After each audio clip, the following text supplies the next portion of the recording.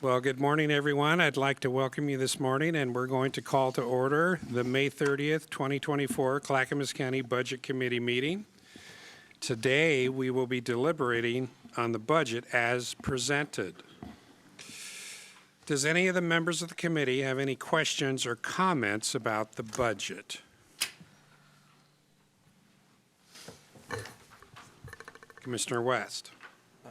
Maybe just a kind of point of order questions about how this will go. Do we look at do we individually go through every single budget and give our thoughts on how does it look like? Can you just walk us through what today will look like? Yes, thank you. So you could do this any way you wish. This is deliberation day. This is entirely for the members of the committee. There's no staff presentations today. It's entirely how you'd like to go. I would advise you to just have opening comments, general feelings, observations, things you have observed of the proposed budget, any other questions you may still have that we can answer for you shortly before you start making motions. Kind of just have a general discussion. We're not going through each page again, but you can bring up areas of the budget you'd like to discuss with the committee or any concerns you may have. But ultimately, your goal by the end of today, and there's no time here, you take as long or short as you need, is there is a proposed motion in your script. You do have to motion the appropriations and expenditures and the tax rate before you leave today. So up to that is totally wide open, how you wish to spend your time. My advice, though, is just have a general discussion amongst yourselves before you start making motions, please. That's my advice. Thank you. Okay, thank you. Mr. Savas. Actually, well, I guess I can just kick it off with my comments, so I'll just do that, just get the ball rolling. Again, my personal opinion, not that of anyone else here, but while I appreciate expediting the budget process, the former structure we had, in which we had really 2 days approximately of presentations and the ability to ask questions, drill down, understand each department budget, is of value to me. That was compressed, so we weren't able to do that at the length we have before. So I would appreciate next year, as one person here, that we have that opportunity once again. I don't want to be here for an extra day, more probably than anyone else does, but I think it's important for us to bring the value and the focus to that. I also recognize that one or two topics seem to dominate a lot of our time, and I don't think that's fair, nor do I think it's necessary, and I think it's somewhat wasteful, but it needs to be addressed. And I have a suggestion later after I hear everyone else on whether or not I have a motion, basically I think an easy motion to make. That is not going to change the numbers, but it's more of a policy kind of a motion. But that's my observation, and I want to thank each of the Budget Committee members for their indulgence, their time, their everything. I look forward to next year working with you as well. Thank you. Commissioner Scholl. Yes, thank you, and good morning. As we look at the budget for Clackamas County, we have to remind ourselves that we do not live in an economic island. We are part of a state that's got a budget. We are part of a nation that's got a budget. And we are subject to the changes in the economy at the federal, state levels. We heard yesterday some comments from some of the folks that briefed their budgets that the future of federal support and state support is tenuous. I'll go over that this morning when I make some motions. But I remind the Budget Committee that it is part of our responsibility to look not only at today's budget, but to look at the future. What is coming down the road? How will changes at the federal level and the federal budget, state budget, affect Clackamas County? Thank you. Thank you. Jan. Yes, I just looked at the legislative revenue report this year or this month, today, for this quarter, and it's a flat line, so the state budget will be pretty much the same as it is, except that in this last legislative session, there was a lot of extra money that got put out there, so I don't expect we'll get anything new or marvelous coming up. Thank you. So I had a conversation with our administrator, Gary Schmidt, earlier, and for the Budget Committee members that didn't really get access to the audit until a little later in the process, I thought it might be important and be worth for the committee to hear some of the highlights, the findings in the audit that certainly are appropriate to this discussion as we try and find a way to cohesively hear the budget information and just vote in a manner that makes sense, that's fiscally responsible, but at the same time trying to help improve and streamline the process that we're all involved in here.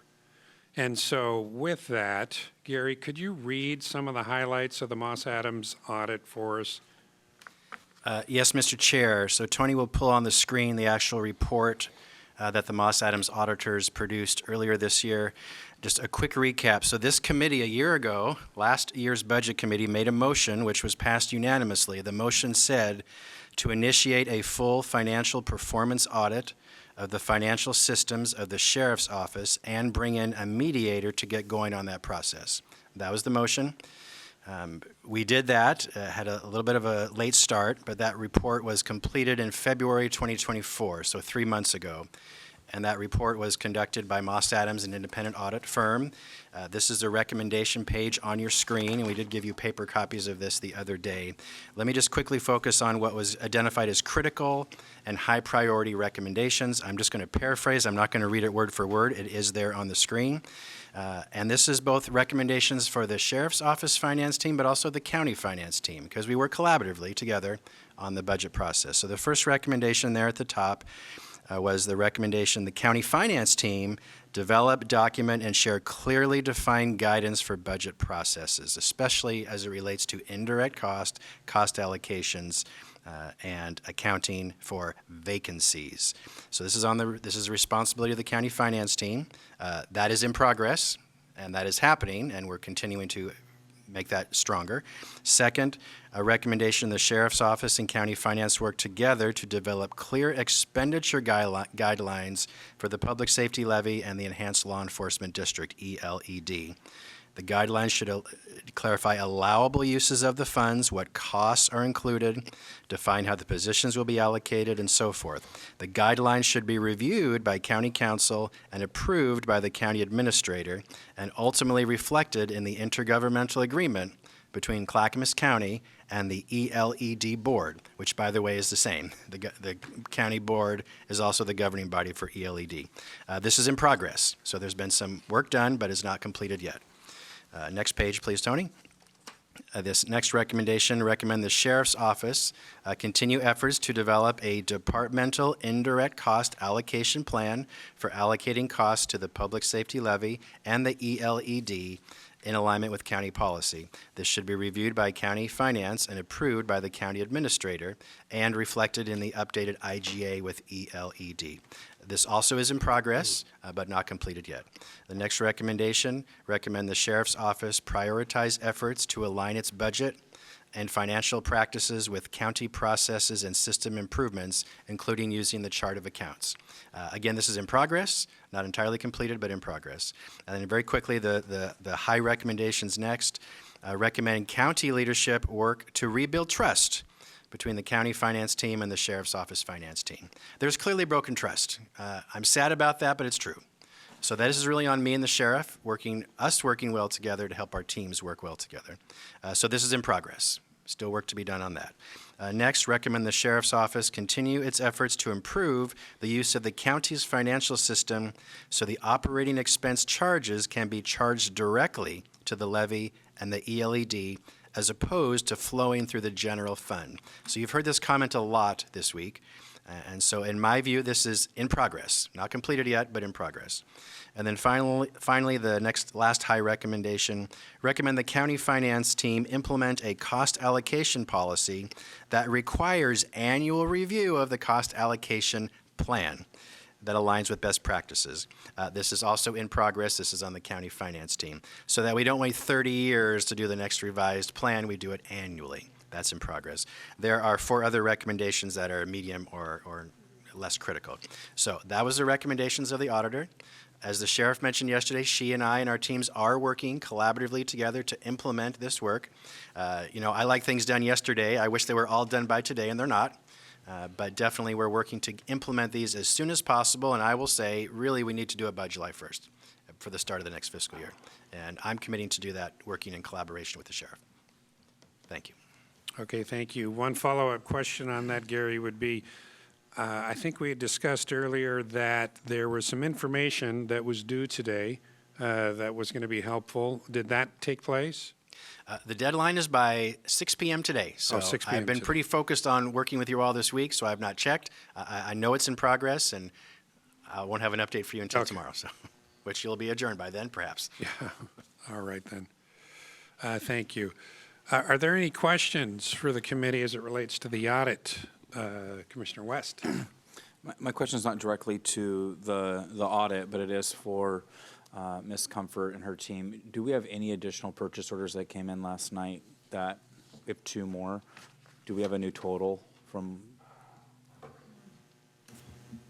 Roughly, this is Elizabeth Comfort, Finance Director. I believe it's about $5,500 or $55,000. Additional? Correct. In 2 days, 155,000? Correct. Okay. Do we anticipate more potentially?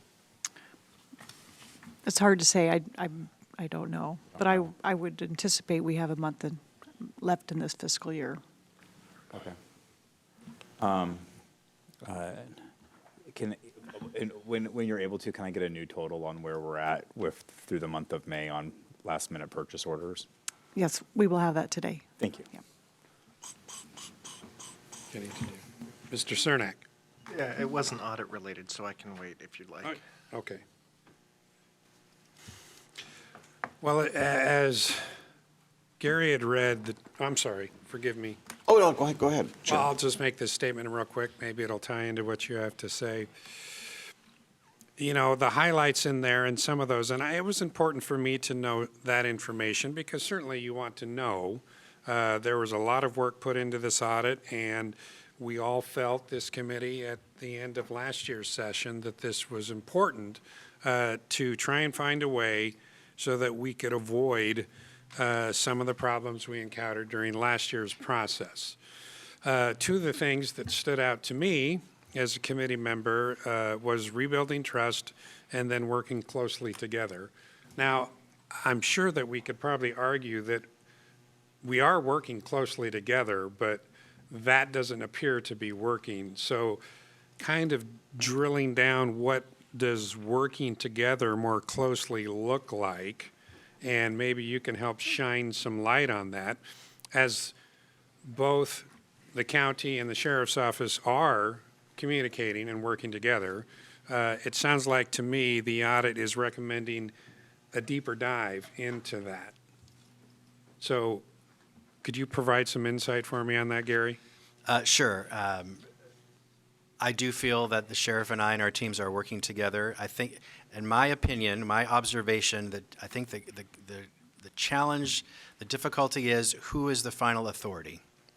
And I think it's me as your budget officer, as appointed by the Board of County Commissioners. I'm responsible for all financial functions of the entire organization, including those of elected officials.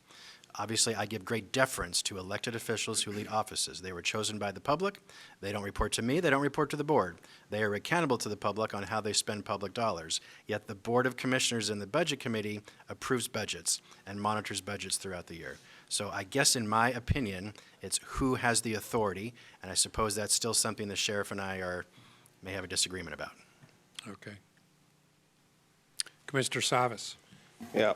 Well, I can just, first of all, I want to, my observation for the last 13 years or 13 budgets or 14 budgets, whatever the number is, has been that we have been successful in refining our processes and streamlining things. And I do know that as a business owner with employees, that as technology, years past came about and we improved processes, there was naturally a resistance to change. I mean, it's common.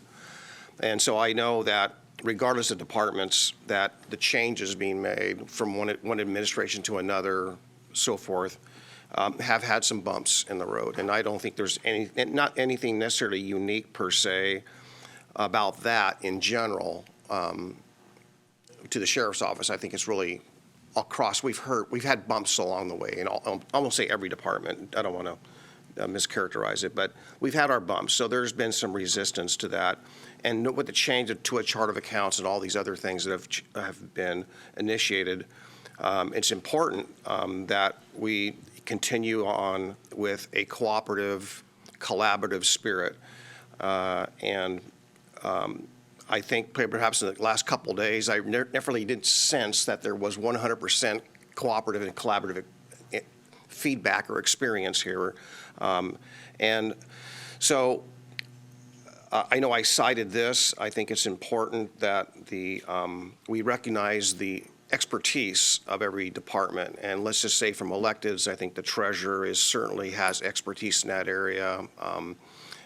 Budgeting and finance has some relationship to the unique aspects of that. And same goes with the assessor's office and Judge Brisbane and others. And the sheriff's office has a lot of unique moving pieces that are, that they're probably the subject matter expert in that. But from the budget standpoint and the finance chart of accounts, I think that structure is our expertise, and primarily I think it's our responsibility. And I appreciate that we have covered this because this was an initiative that the Budget Committee took on last year. Thank you for implementing that and doing the audit. We could have started with this actually at the beginning, but here we are today. That's fine. So to that end, in my observation, again, not any one department, but in general, what I take out of this in a more holistic fashion is that centralizing, at least this particular function, this area of expertise, centralizing it in a way that creates more efficiency and collaboration, and possibly some efficiencies that would reduce cost, perhaps. It would seem natural that if we're working together cooperatively, that we would all have, perhaps, again, experience more efficiencies and have less need for duplicate operations or staff. So I'm prepared to make a motion, and the motion basically, I'll read it without making it. I'll just read what I'm going to have to say. To explore options, and it's kind of in this audit report, but again, it's not, this audit report is focused on the CCSO and the county. My motion is more across the entire organization. So look at it from that aspect. So the motion would be on the lines of exploring options of centralizing finance and budget operations that creates efficiencies, reduces duplication, and increases transparency. So that's really charging staff to look at it holistically. I think in the larger departments, there's probably going to be a need for embedded personnel that have that expertise in those particular areas for those particular departments. So I don't know what those options are. I'm not an administrator. That's not my pay grade, but I want to make sure that work is done. I think coming from the Budget Committee as a continuation of the work and the efforts that we're trying to see and the problems we see, I think that'd be of value. And Chair, if there's any discussion about that, let that happen. But I'm prepared to make a motion when everyone, vets that, if still that seems to be something that this committee would accept. Okay, thank you. Before Mr. Cernak, so what you're proposing, Commissioner Savas, for the most part, centralizing, which I want to make sure everybody understands what you mean by that too, and that would just simply be combining both finance departments between the sheriff's office and the county? Well, it would be exploring options. So I'm not defining it. And I did speak to Gary about this and a little bit this morning and a little bit last night after our meeting. And I'm just trying to figure out a way how we better streamline it and taking into account some of the recommendations in here that apply holistically to the entire county. So, Gary, could you fill in some gaps there? Yes, thank you, commissioners and committee members. So I've already started a process to review the internal and centralized service functions of the county, like finance and public and government affairs, HR, IT, so forth. And Cindy Becker and Nancy Bush are working on that study on my behalf, working with our internal service departments and all departments on, are you getting the services you need? Are we documenting all our systems and processes, and what should be centralized and what should be decentralized? So that work is actually happening now. I don't oppose the motion because you're just affirming the work we're already doing, and you're holding me accountable to reporting now back to the committee, not just my staff. I will offer, we do centralize budget. I mean, the finance team is presenting the budget. Each department doesn't do their own, other than the larger departments do have a financial staff that are empowered to do work throughout the year, because Elizabeth doesn't have the staff to do it for the entire organization. So that does currently exist, but it's all about how are we cooperating with each other and who is the final authority. And I think that could be clarified for all departments and offices. If I could just comment a little bit, thank you, Gary, for that. And again, I'm not picking on anyone, but I am a stickler for pointing out that the districts, the service districts, regardless who they are, whichever ones, NCPRD, ELED, all of them are independent jurisdictions. And there was a couple communication gaps, not a big deal, but when we did our Tuesday sessions, some of the budgets were sent to us and some of the budgets were only sent to the budget committee members. But just technically, in this setting, we are all 10 of us budget committee members. So it should not have only gone to the citizen members, and then this goes for other districts, not just one. It should have gone to all 10 of us. We are all budget committee members, regardless of what jurisdiction we sit on. And so those are part of the small, it's a small little blip, but it just shows that having that centralized responsibility would be one little thing that may have been avoided. Unique, normally that happens. It's not usually a problem, but I just want to just expand as an example.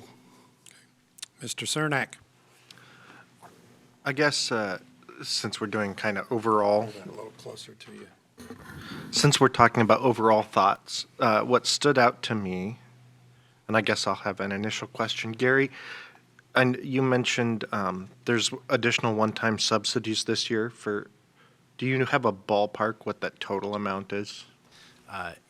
Yes, I'll look to Elizabeth and Sandra. What were the total of the subsidies I gave out for technology services to departments? They're going to look that up. Can we have a couple minutes? We'll get right back Yes, with yes, that. you can. I can finish so looking at it, general fund support for this budget over the amended for last year is up $7.4 million.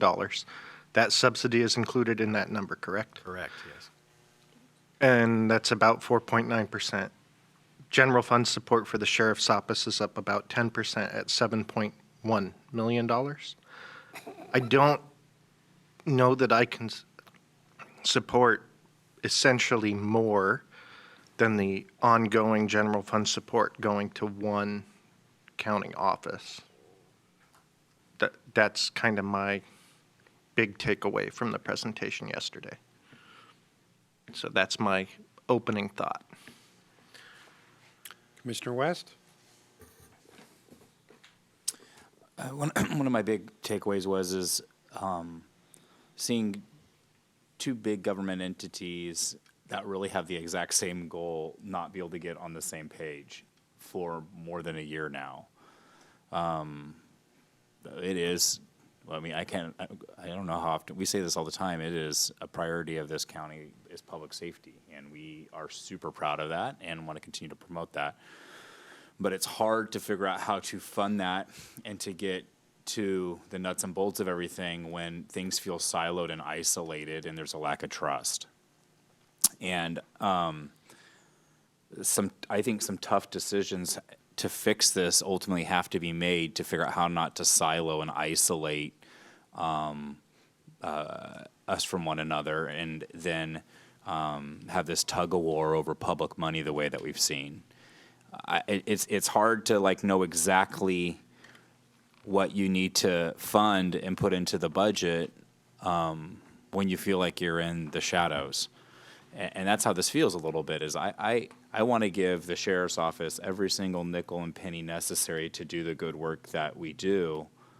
And I want to make sure that every badge is funded, every necessary piece of equipment is purchased, that we have a good forward-facing, world-class deputies in sheriff's department. But it's really hard to figure out exactly how to write that check when we have no idea if the practices are, that there's resistance to conforming to what the audit said is necessary, to admitting to the evidence that's before us that we should be taking seriously, so we're doing those best practices. And so I feel a little bit kind of stuck, like how do we untangle what maybe has been years of contention and bad practice, to be honest, right? Like, I'm the newer commissioner, so I can't go back, but Martha, you joke all the time about how this is super common practice between county government and sheriffs, and you've given me a little bit of schooling on that. But it doesn't mean it's right. It doesn't mean we should continue to do it that way. And I think I'm proud to be with this committee because everybody here, from what I can tell, wants it to just be the best practice. We want it to be right. And so I think we have a tough job before us today, is to figure out how, regardless of politics, just to do the right thing, what we think is right, and not politics, and figuring out how to start to restore this process a little bit. And I think that some conversations have to happen that are tough about how to bring the different finance departments together and how to do that effectively moving forward. And I'm a nurse. I don't know what that looks like. I'm not a finance director, and I'm not I am not the county administrator, but I don't know how we do that. I don't even know where the authority begins and ends with our ability to start to maybe request to see that done. But that's kind of my thoughts that I took away. Those are the kind of the biggest, there's others, but that's a big thought that I have, that's kind of the big thing that we might have to tackle first to figure out like what that next approach is. I don't know, but those are kind of where the big thoughts for me. And I think, Commissioner Salas, your motion starts to get there gently in a way that says, hey, we're serious about really exploring this. We obviously say we're doing it. Chair, you've said, well, what does that mean we're doing it? I mean, we've had an audit that some of this, I don't know why some of this hasn't been done already. Now we are putting a last minute deadline. Let's say it has to all be done by July. Well, we got the audit in February. And I know that there has been some efforts, but it still seems like I'm going to do the bare minimum of the efforts between the parties, and then I'm going to still drag my feet and then grandstand. So I at a certain point, we just have to get it done and do the right thing. And so I don't know what that looks like, but I guess it's on us today to kind of figure out what that path looks like. I think your motion gets there. I don't know if it's anything different than what's being done. I wish it could have a little more substance behind it, because we can't do what has been status quo, is my concern with the motion, though in principle I totally agree with it. Thank you. Commissioner Schrader, before you speak, I'd like to go over to Elizabeth. She might offer some points of clarification that might answer some people's questions. Thank you, Chair. So to answer Kenny's question, our TS subsidy for fiscal year 24-25 was $2,500,000 $2,500,000. Let's just go with that. Okay. And, okay, thank you. And that's broken down not equally. It's not equal by departments. Right, but it's funding that wouldn't be in the budget next year, essentially, because it's a one-time subsidy. Correct. Okay, thank you. Commissioner Schrader. Well, to Ben's point, yeah, I think that Paul and I have been through multiple budgets, and I have seen these, better word, I guess, is the conflicts between oftentimes sheriffs and commissioners, and this is not an unusual thing to happen. It happens in other counties as well, and it is, Gary, largely because of who is the ultimate authority of the budget. And I do believe it is the county. It is on us. And to that end, I've always respected law enforcement. And I've always known that public safety is a key element of what we do in this county, and that cooperation and collaboration is the only way we can get there. You know, blessed are the peacemakers, what can I say? I see this as an opportunity to clarify how we do our budgeting practices and to align. I've said this multiple times as well. What we really need to be doing is the technical work to align how the sheriff fundamentally does the budget process with how we do the budget process. And frankly, I don't know where the breakdown of communication has happened, where the technical ways of doing the budget, and I thought that actually having the audit would help point out where those fixes need it to be just for alignment. And I am extremely disappointed that hasn't happened. I think we have an opportunity to change the narrative between how we work with law enforcement and how we fund it, if we could learn how to, if we can really agree on the technical aspects of how you manage the numbers. There's multiple ways to do budgets, but I think it needs to be centralized with our finance team here, working together with the sheriff's office. I just don't see any way how to do this otherwise. My other observation is that I have never really seen, though, this amount of purchase orders. This has never happened before in my memory, Paul. I don't know if it's happened, if you in your memory. I am a little surprised at the size and scope of purchase orders right in the middle of the budget piece. And I think that's something that we need to talk about at some point and clarify what is a process so we know about this ahead of time, so we're not at the line at a budget where suddenly we're getting these huge, these asks. We haven't had time to really evaluate any of it. And that is one thing I will say, I've never seen that before in all the budget times that I've worked on budgets. So that is of concern to me. That's what I have Thank to you. say. Jan? Yes, one thing that Gary mentioned was the chain of command, so to speak, on the budget. And I think we need to clarify that more. I think that Gary should have ultimate control of the budget as much as legally possible.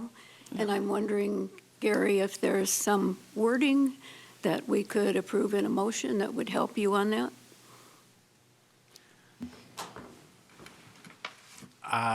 Maybe. This is where I'd ask Stephen Madcore, his last day, by the way, he's here on his last day, Stephen Madcore, County Council, if there's some sort of a motion to clarify. I mean, the role of the budget officer is in county code, it's in state statute, but Stephen, I don't know. I don't think you need a motion. I think state law, local budget law speaks clearly. The budget officer is the county administrator. In our code, it says the county administrator is the budget officer. State law says the budget officer prepares, presents the budget to the governing body. And again, make no mistake, you are the deciders here. It's not any department. It's not any elected official. All budget approval is with this group right here. Operations, different story. Dollars, all yours. Thank you, Mr. Madcore. Quick question. As we talk about kind of domains here a little bit, whose territory is what, and we have two entities. We have the sheriff doing the sheriff's way with her budgeting practices, and then we have everyone else kind of in alignment with what's going on with the finance department and what the common practices are. What is the legal authority or the legal ability to suggest as a committee? Well, we can suggest anything we want, but with some legal backing behind it to like bring these things in alignment. Like is this a gray issue, or is it clearly defined by law? Like, does the sheriff have the right to completely have her finance department and to act autonomously, or like where does that I don't know if there's any legal thoughts or opinions about like what the authority of ultimately this committee has to make changes. All good questions. I would not consider the sheriff a separate entity. I would consider the sheriff's office a subpart of the county, just like county council, just like the assessor, just like the clerk. They are all individual components of the whole. The sheriff's budget is complex because you have many moving parts. You have voter-approved ELED, Enhanced Law Enforcement District. You have voter-approved levy. As Member Rhodes pointed out yesterday, it said body cams, it said detectives, it said officers. There's voter-approved, there's tension there. If the sheriff doesn't spend that money or have it for those purposes, arguably it deviates from what the voters authorized and approved. You also have general fund. So you have three moving pieces for the sheriff's office right there. In terms of internal operations, like Gary said, sheriff's office does have some finance folks. DTD has some finance folks. Even county council has Tori Klaus, who does a lot of our budgeting and accounts and things along those lines. They're probably critical internal functions. From my seat in the dugout during this, or the grandstands, wherever it might be, there is some tension, conflict, talking across, talking over, maybe different terms between county finance and sheriff's finance. And you could say, in a budget note of sorts, that you implore both sides to work collaboratively to adopt and implement all of those 17 recommendations from the Moss Adams audit. We are in the process of upgrading the Enhanced Law Enforcement District IGA, and it does take some time to incorporate all of those to make sure all the terms that people are talking about, journal entries, chart of accounts, to make sure we all agree on the same definition of it, right? Those aren't legal terms per se, they're accounting terms, they're finance terms. But we're close with that. I had a conversation with the sheriff yesterday. We will get it done, not on my watch, but on my successor's watch. It will get done, and this board will approve it, and you'll approve it to the point of you'll make sure that you are absolutely confident in the manner in which those dollars are spent, who's responsible for them, what they go to. I guess, Mr. McCord, what is the authority of the committee or even the Board of County Commissioners to bring some level of accountability? Like, I just feel like it's dragged on a little bit, right? I know you say everything's taking time, but like, do we have the ability to restructure or move anything around that allows it to actually be streamlined? At a certain point, if they don't do it, who is the authority to get them to do it? We're talking about the sheriff's office right now, it seems like. So fine. with the sheriff's office, the Board of County Commissioners has authority to decide the number of deputies. That's state law. Has the authority to decide compensation level, state law, of all county employees, like me, right? Like Gary, you guys have that decision. You also have the ability to decide other employees, such as the finance. How many employees can the sheriff's office have? Those are board decisions. You can do it. You can say, I'm going to give you 55 deputies. For the new courthouse, I'm going to give you 12 deputies. For the jail, I'm going to give you 16 corrections deputies. You have that. The sheriff gets to decide internal operations, shifts, oversight, training, and things along those lines. You also have an internal tension, which is going to be collective bargaining agreements, which you have. You can't up there say, for example, I want to cut the finance department over at the sheriff's office, because I presume a lot of them are POA members, union members. And that contract, the decision maker is the sheriff. In that collective bargaining agreement, the decision maker on layoffs, on reassignments, on terminations is the sheriff herself. That's in that agreement. So you have some tension between state law, finance, and collective bargaining. But you can say, we are giving you 61 deputies. We're giving you 30 non-sworn individuals over there. It's a deeper dive, it's a more thorough analysis, but you do have that statutory authority on an annual basis when you do the budget to make those determinations. Okay. Did that help? A little bit. I'm just, if we say you only get X number and that means that they have more people than that, number, right? So then by de facto, we're actually are cutting. But, like, let's say, they need so many gardeners at the sheriff's office and they budget for 5 and we say we're only giving you 3, but they're CCPOA members. And what's going to happen to 2 gardeners, right? Like, so I guess that's the tension I don't quite understand. And that's what I was talking about. That's the tension that plays out across the state, actually. Real quick, so dovetailing a little bit, Ms. Madcore, and congratulations, by the way.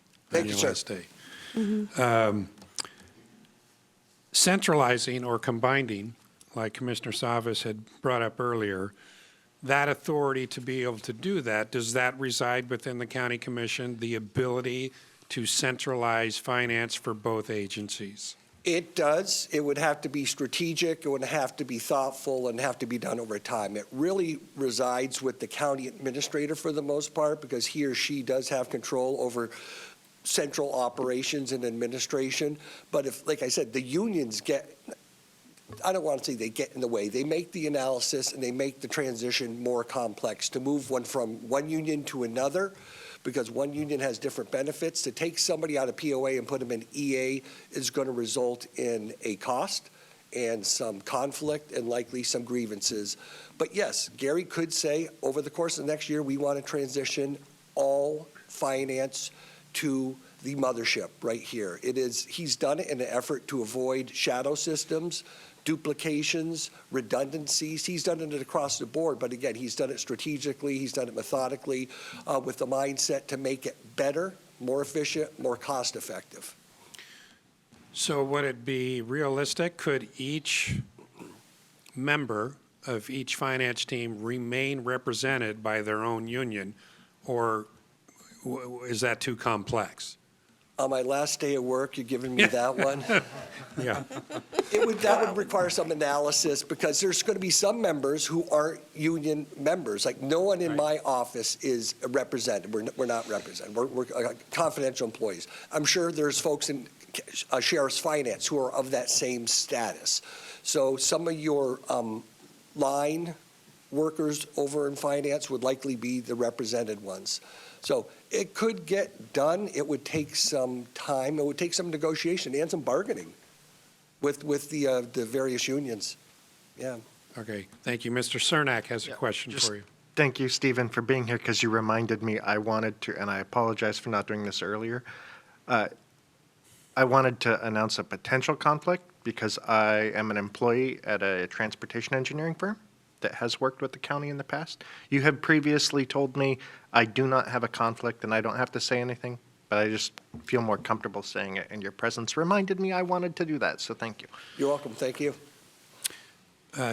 Jan, did you have a question? You had your card up earlier.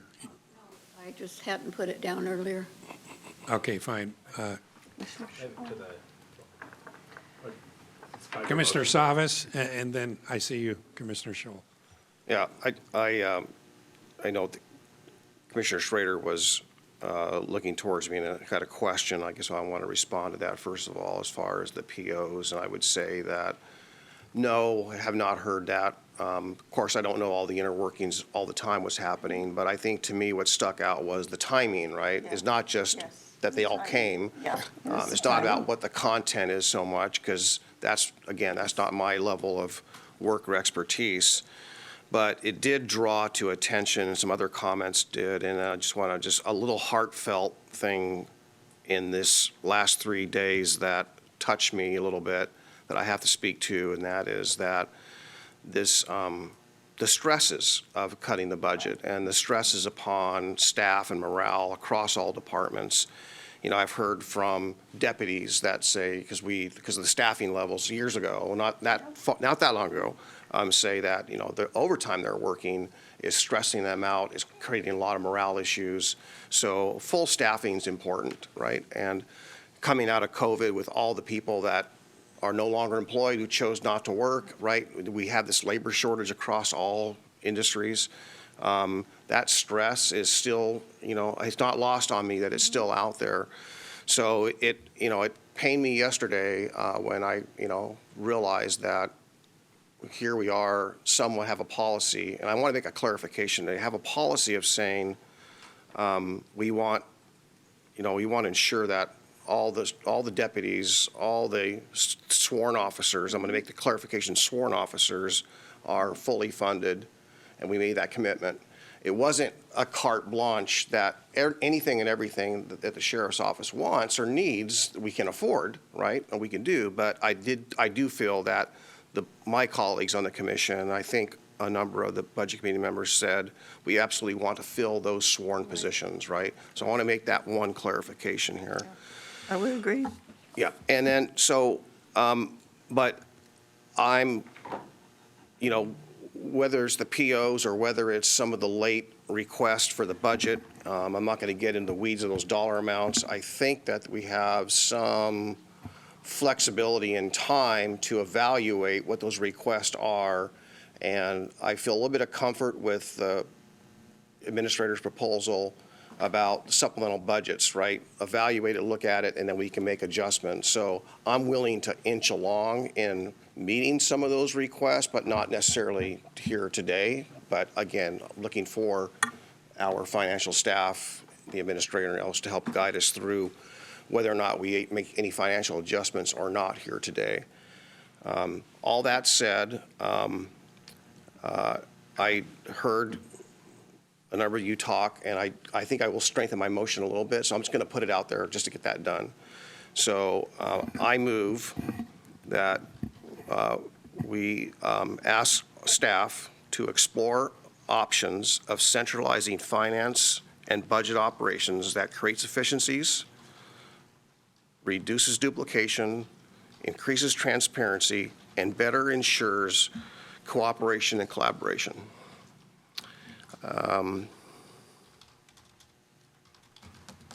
So that's my motion. And then I also want to clarify, again, because the districts are unique, I want to clarify that at least my intention, and if the group here agrees, that it is focused on departments, operations, districts that use general funds. Because I think that there has to be autonomy for the districts to do their own thing to some degree. I know there is probably some centralization, but I think there needs to be some move. But if they're using general fund, I think that's absolutely imperative. That's my opinion. It's absolutely imperative that they be centralized. Thank you. That's my motion. Okay, we have a motion. Before that motion, point of order, I can recognize Commissioner Scholl. No, you need to get a second for the motion, or the motion dies. You have to act on the motion as it has now. I'll second the motion. Okay, we have a second. Discussion. So now you should speak to the motion, but you can ask Commissioner Scholl if he would willing to wait or if he wants to bring up his prior topic. But you should Mr. focus on the Scholl, motion. would you like to speak or wait? I would like to speak to the motion. Okay. I do have things after the motion, but my question on the motion is, you're asking the staff to conduct the study that you mentioned and then report that study to the Board of Commissioners for decision-making? Is that correct? That's correct. Okay. Okay, we have a motion. We have a second. Could the clerk please read the motion one more? Excuse me. Discussion. Discussion, forgive me. Did you get the whole motion? Okay, well, seeing none, I'd ask the clerk to read the motion. Motion that I recorded is from Commissioner Savas. I move that we ask staff to explore options of centralizing finance and budget operations that creates efficiencies, reduces duplication, and increases transparency, and better ensures cooperation and collaboration. Perfect. Can I speak? Ask a question? Did you need something specific about, you made comments about Fund 100. Do you need that to be specific within your motion? If you like, I would entertain a motion to qualify that for general fund support, departments and operations that are general fund supported. We do that as a second motion or amend this one? Amendment to the motion. I'll do an amendment to the motion to that. Or Gary? Before you make the motion, I would respectfully recommend you don't do that, because I'm the budget officer for all special districts as well, and our finance staff are the finance staff for special districts. So I feel this should accommodate all funding streams, not just general fund, Okay. if you would consider that, please. Okay, thank you for clarifying. Okay, as is then, I'm fine. It would make sense that when the report comes back, you guys could A little louder, Kenny. Sorry, just saying it would make sense that when the report comes back, then the commission could decide how they wanted to implement. Okay, we have a motion. It's been seconded. It's been read. Any other discussion before a vote? Okay, clerk, please call the poll. Ms. Rader, Aye.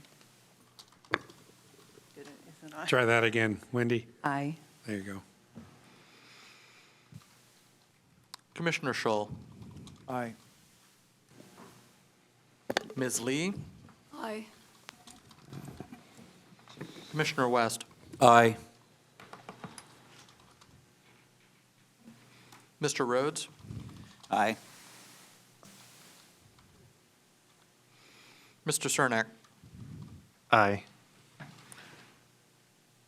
Commissioner Schrader, Aye.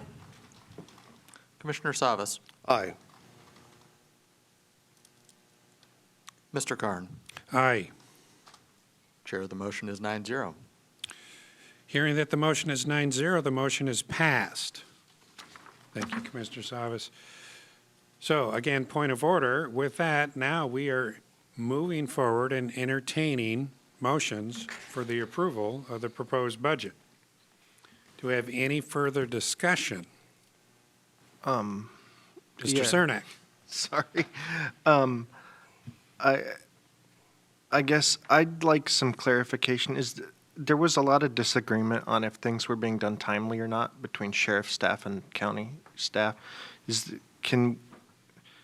there anything that we can see to help us understand what the differences there are?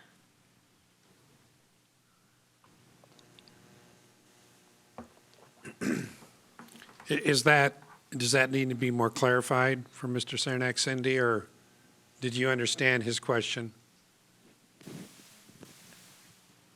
Permission to speak freely.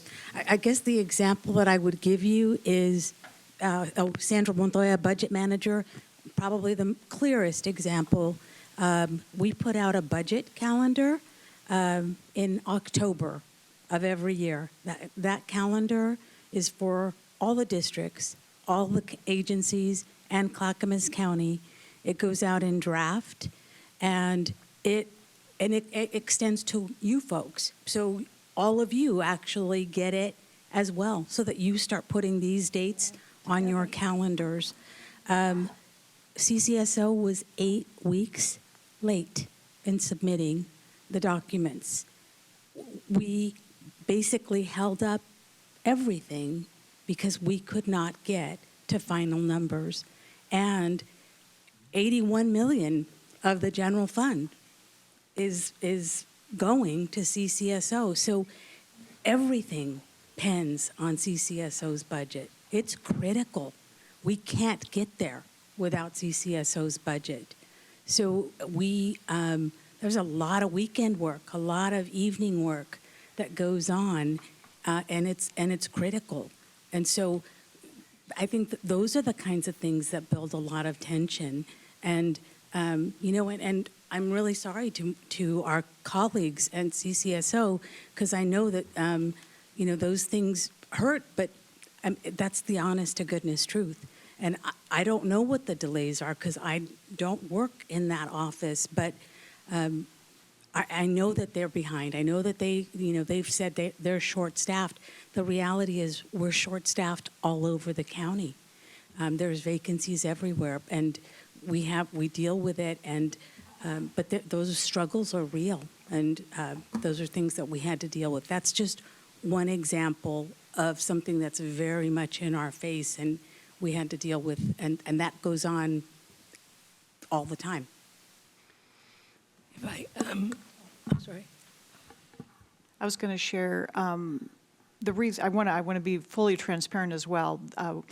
Monitoring or checking with what the purchase orders that are coming in from CCSO. I have not done that before, and I want to share the reason why. And this goes into your question, Kenny. Is when we received the projections for the year end, I couldn't believe them, and we questioned them. We actually sent back and saying, based on your trends for this year's expenditures, we believe you can reduce your year end by over $4 million. And they said, no, we are going to spend all this. So I thought, well, what's going to come in? And so that's when I started working with our purchasing department. One line, for example, is fuel. The projection for year end was quite a bit more than what they'd spent, and I looked at the lack of frequency each year of the month, and so I'm like, well, how do the fuel expenses come in to the different departments? So I reached out to our fleet manager and asked, hey, how do you guys do fuel? How do you charge out to departments? Do they turn in receipts? How does this work for the county? Something, I maybe should have known already. And so I learned that each department, the expenditures come into the fleet and they automatically turn those charges directly over to the departments on a consistent basis. So so he sent me what they had charged CCSO, for example, on a frequent, consistent basis each month, and I lined that up with what had actually been expensed. And it was short over $100,000 to date, and some months had no fuel charges, some months had several $100,000. So it's that inconsistency that, we struggle with, trying to look at trends. How do we get to year end? Other departments, we can see how they're going to get to their year end because of the trends of spending. And so, Commissioner Schrader, I don't know if this is normal because this is my first year looking at the amount of purchases coming in the last month, but I was surprised myself, and that's why I've shared that. Yeah. Thank you. Can I put up a thing? I don't have one. Yeah. Cindy. Yeah. Thank you. There we go. I think this relationship is a struggle for everyone. It's a struggle for the staff who work together. Clearly, folks support public safety. That isn't the point. It's not a question about saying the finance staff or any of us don't want to support public safety. But there's an expectation that everyone follows the same rules. Everyone's got a chart of accounts. Everyone is expected to post things timely. There's nothing that is being asked of CCSO that's not being asked of every other department and district. But it's difficult, as Elizabeth said, excuse me, when we're trying to look at how do we project the year, how do we do a forecast? When you look at the data and there's nothing there, and when we ask about it, well, we haven't done it yet. It's very frustrating to say, well, what is finance supposed to do? What level of authority is there to compel this information so that, and no one is saying it's not valid, but it's difficult when you can't get the information in a timely way. And so what happens is everyone gets frustrated at the end, everything's roll up, and you get a lot of, between everybody, frustration and defensiveness. And I think that if we could just work together along the way so we're not rolling everything downhill and coming up with a mess, if you will, at the end of the year for everybody, it would be helpful. Again, CCSO is being asked to do what everybody else is doing. And it's hard to understand why that can't happen. The chart of accounts, these are the things that finance are asking. They're standard operating procedures for finance and budget. There's really nothing unusual in what's being asked. Yet it's frustrating when you can't get the information. So we can point out individual examples here and there, but I think there's just the overall spirit of working together isn't there. Yeah. I don't know who was first, Commissioner Scholl or Jan. Go ahead, Commissioner Scholl, and then Jan, you'll be next. Wendy, I see you there.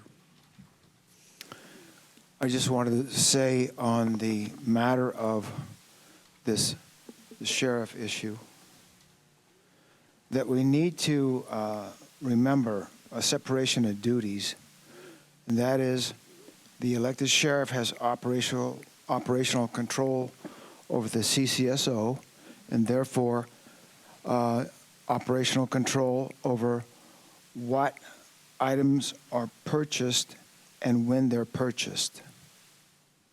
The Board of Commissioners and the Budget Committee, they have oversight over the overall amount of money being provided to the sheriff's office for each type of expenditure, each line number on the budget.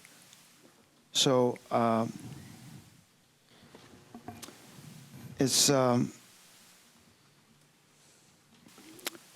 we need to be careful about getting too much in the weeds about when the sheriff purchases an item and what it's really needed for. That's not my concern. My concern is, does the sheriff stay within the budget parameters that have been provided by the Budget Committee and the Board of Commissioners? Okay, thank you. Jan? Yes, each year when we have our meeting, there seems to be tension in regard to levy. And I'm wondering if it's out of line to ask the sheriff to schedule out for us what it would look like for the rest of the levy period so that we have a true idea of where that's going and we don't end up at the end with a large balance that's unknown. Is that something that the Budget Committee could ask for? Absolutely. Okay.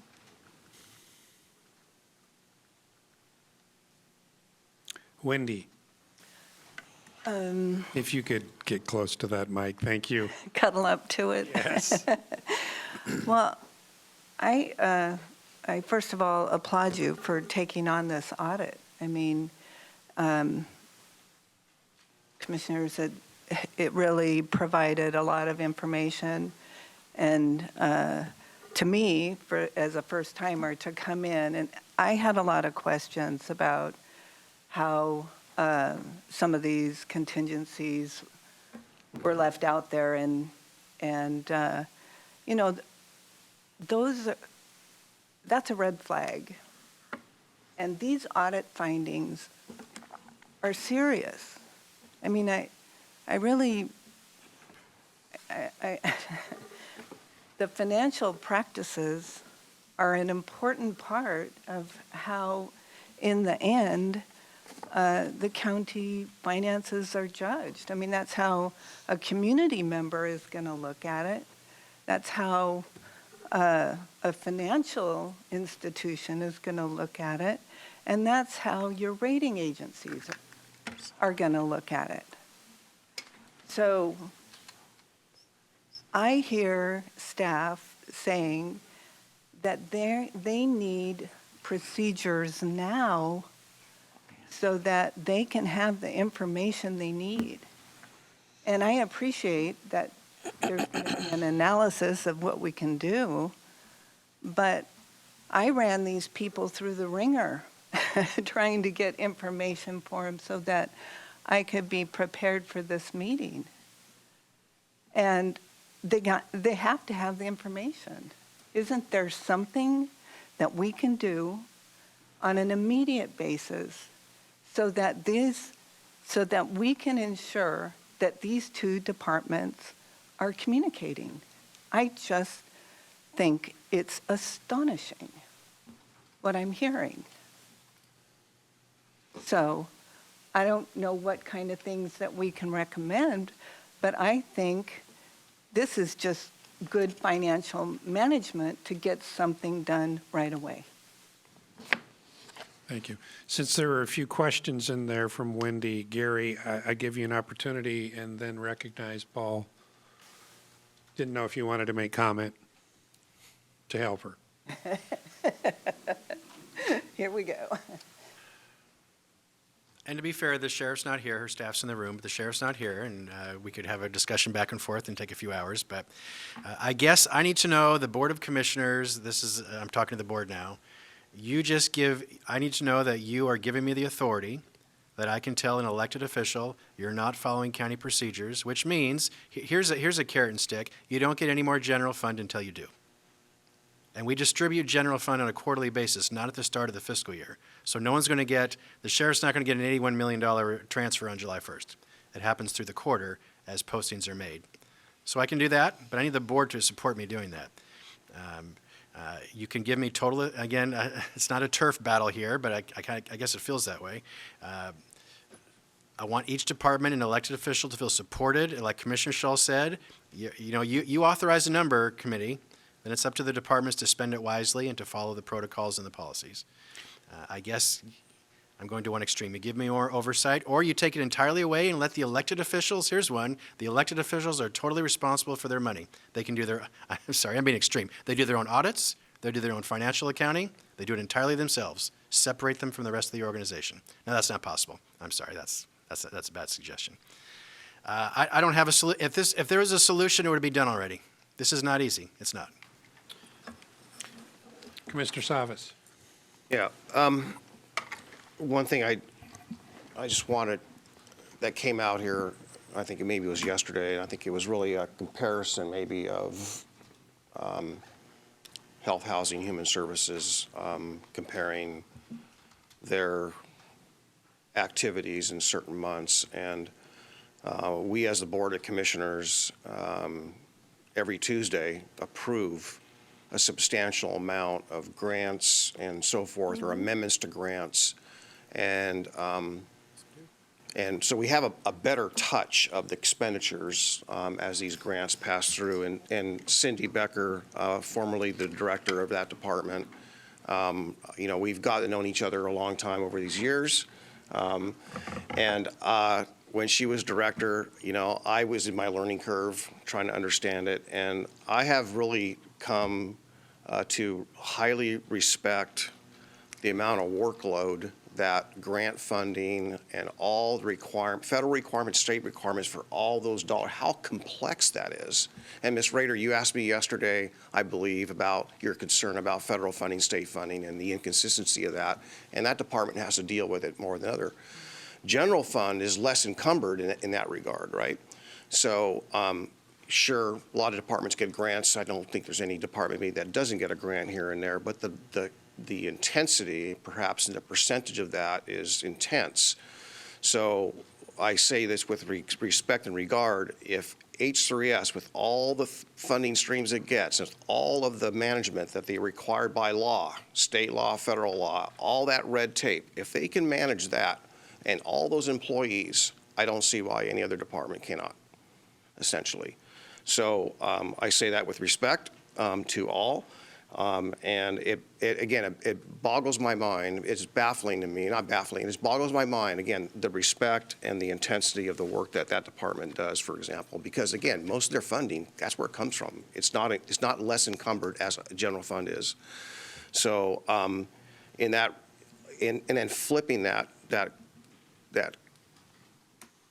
scenario there a little bit, I guess it's up to us, as the Board of County Commissioners or the Budget Committee, to really say, and that's where the strategic plan comes in. If we don't have the metrics and the measurements and the requirements for for general fund dollars to be adhered to, regardless of department, that's on us, right?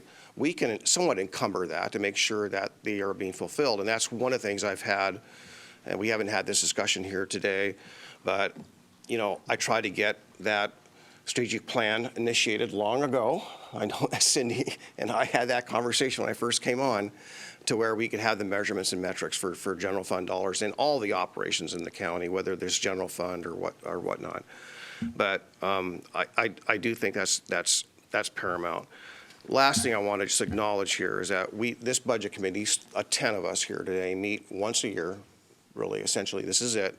And after we adjourn, and you give us our recommendation and the motion's made, technically, your opportunity and authority, it basically somewhat ends to quite a degree. So I want to acknowledge that while I appreciate the administrator talking to the 5 county commissioners, at the same token, I do want to just acknowledge that this is the one opportunity for you all to opine or make a policy statement or whatever it may be. This is it. Right? And I think, Ms. Rader, I think you did a wonderful job of outlining your concerns, what you see as the first time, and your concerns are valid. And I don't think your concerns necessarily reside in any one department. I think it's overall. But the ones that jump out to us and the processes, that's our responsibility. In the end of the day, I feel a little bit bad that we all had to go through what we had to go through this year and last year. I feel horrible about that. That's one of the other emotions that I had here, not just the pressures on the staff or departments that are struggling with staffing issues and a lot of stress is related to. So just wanted to share that. Thank you. Thank you. Commissioner Scholl? Yes. Is this microphone turned up enough? Regarding the administrator's idea for withholding the quarterly transfer of general funds to the CCSO, I don't really think that's a good idea. We have unanimously passed Commissioner Sabas's motion. I believe that that's going to allow us in the CCSO to work through these issues we talked about this morning without the idea to withhold any kind of quarterly transfer of general fund. Thank you. Commissioner West? I might make a motion here, but I just have a couple questions from the staff, from Ms. Comfort, Ms. Montoya, or Ms. Beckert. It seems like, according to the information we've been provided, that the Sheriff's Office is asking for just over $2 million in increase to probation and parole. But it looks like they're also getting $2 million from the state. Is that accurate? Yes, that's what we're seeing in the budget. Okay, so it would be, even though they're getting $2 million from state funding, it would be an increase of almost just over 50-something% to their budget, right? What percent did you say? So would it be like, so they'd almost just be over around a 50% increase to their budget? The, to parole and probation, their revenue is, I have to look, it's about 12, a little over 12, maybe 14 million, I'll look. But yes, they're Cindy, getting. a little closer to the microphone. Sorry. Thank you. They are projecting about $2 million increase in their state operating grant, and they have decided to allocate an additional $2 million in general fund support over what they have had for a while. So their personnel costs are also up $3 million?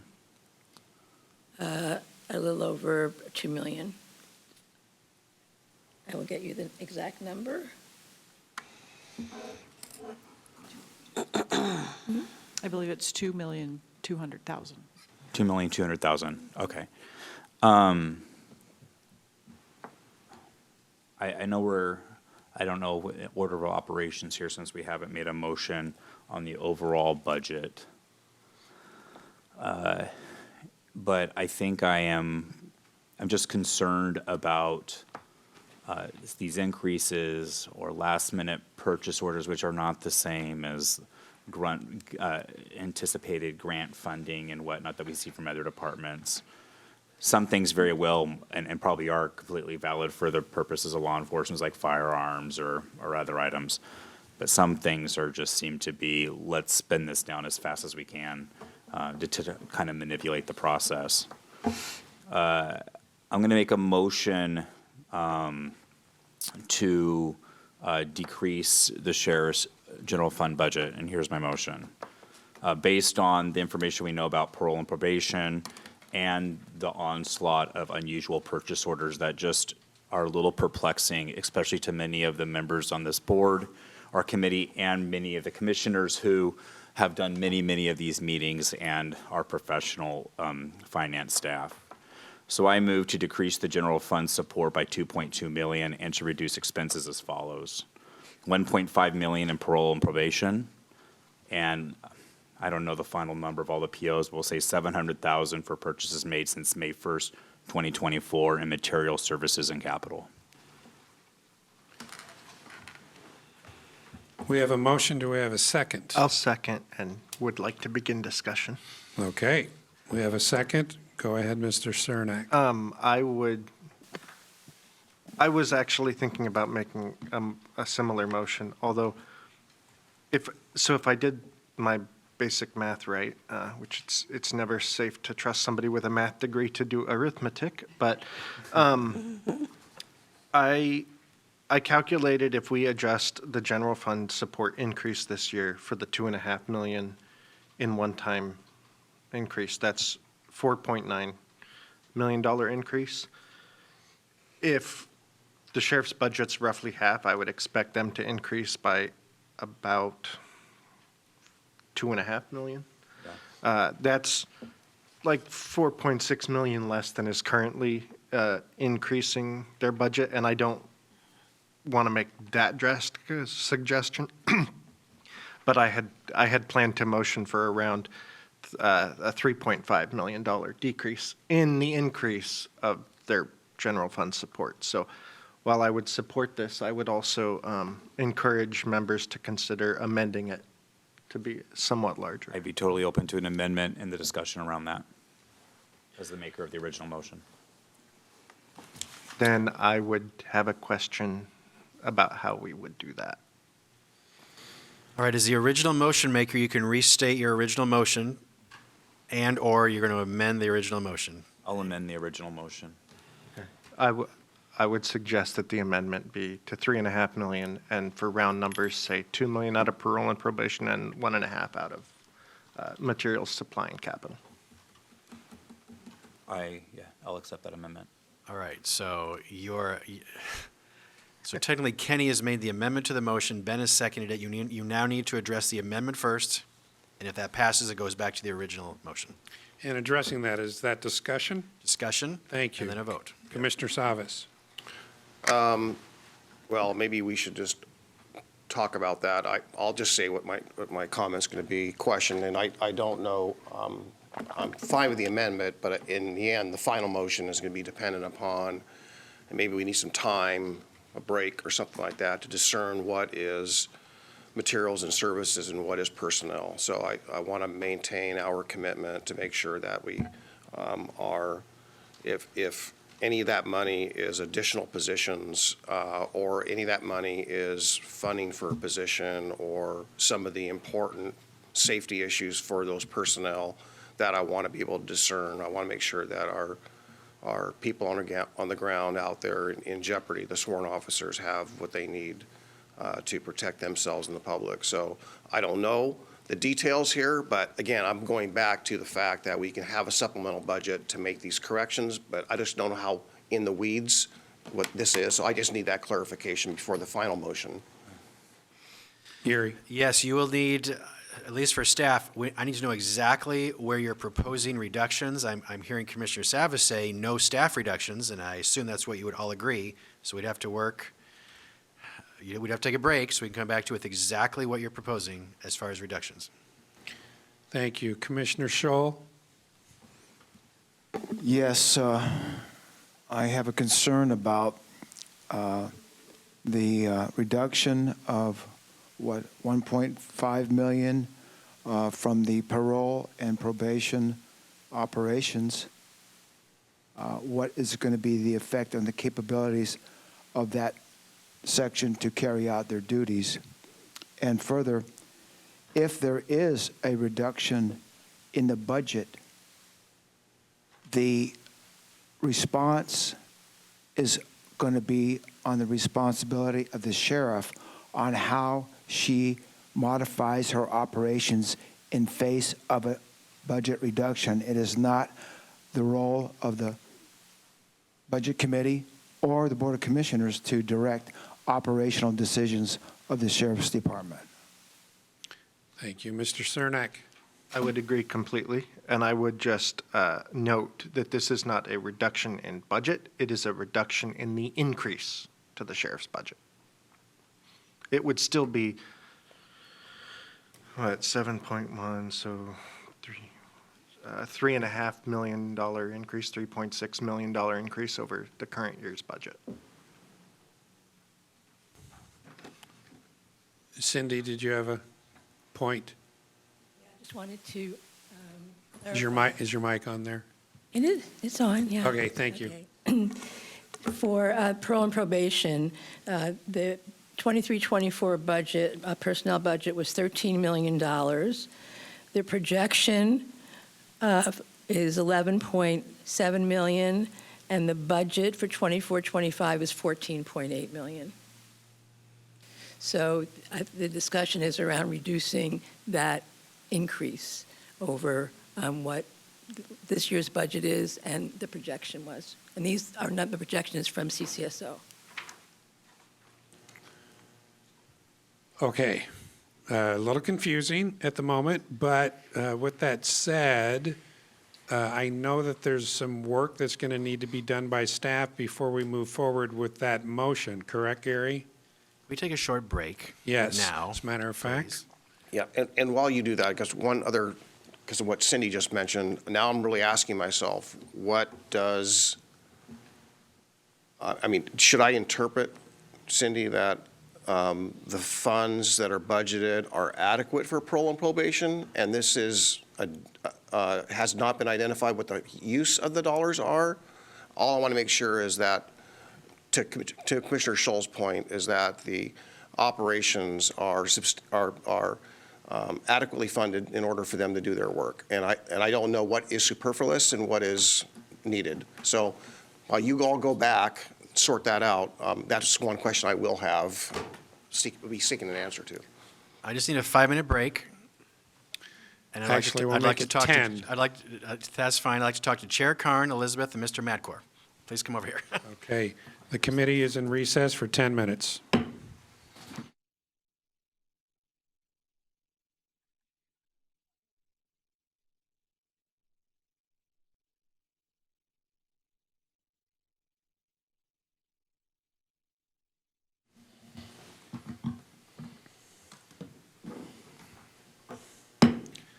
Well, good morning. We'd like to reconvene our Budget Committee meeting. And in light of some of the information that we shared in the last hour, we're going to need to go into some further discussion and deliberation. And with that said, I'd like to turn it over to our County Administrator, Gary Schmidt. Yes, thank you, Mr. Chair. So there's been a lot of discussion about the Sheriff's Office budget, and a motion and an amendment was made. To be fair, I think I recommend you invite a representative from the Sheriff's Office to come to the table. They should be able to speak to you as well. Under Sheriff Jenna Morrison is here and has agreed to speak. And I think the sheriff was unable to attend, but the undersheriff will say that. And then if you want to make any changes to your motions, I understand that may be the case, you can do that as well. But certainly want to give the sheriff's office a chance to speak to this motion, proposed motion. Great, thank you. Welcome, Jenna. Hi, thank you. Do you want her to say anything at this point, or are you going to make change to the motions? Because if you're going to change the motions, that's important. Well, I think, Jenna, since you had sat through some of the discussion, I might offer you the opportunity to say something up front, and then we'll revisit the motion. So I think the question at hand, and forgive me if I've missed it, but is a cut to parole and probation, is that going to affect personnel? And so my answer to that is that if you are directing me to cut $2 million from M&S, that is what I will do. Okay, discussion from the committee. Commissioner West, I think you had a question. I turn my mic on. I think can we reread or kind of revisit the motion before the recess? Can we have that read back to us? Yes, so I'll start, and Tony will correct me. So there was an amendment to the motion, which is on the table. The amendment, not the original motion. The amendment is to reduce the sheriff's office budget, general funded proposed budget, by $3.5 million. That was the motion. So that's all that you're discussing right now, unless you're going to withdraw or change the motion. That's on the table. I guess to, Okay, I said it wrong. I'm sorry. I said it wrong. Tony's going to say what the correct amendment motion was.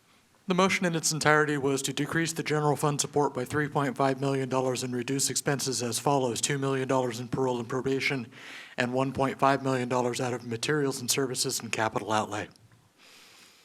Okay. yes, I think the wording on that, we would like to change. So I'll withdraw the proposed amendment.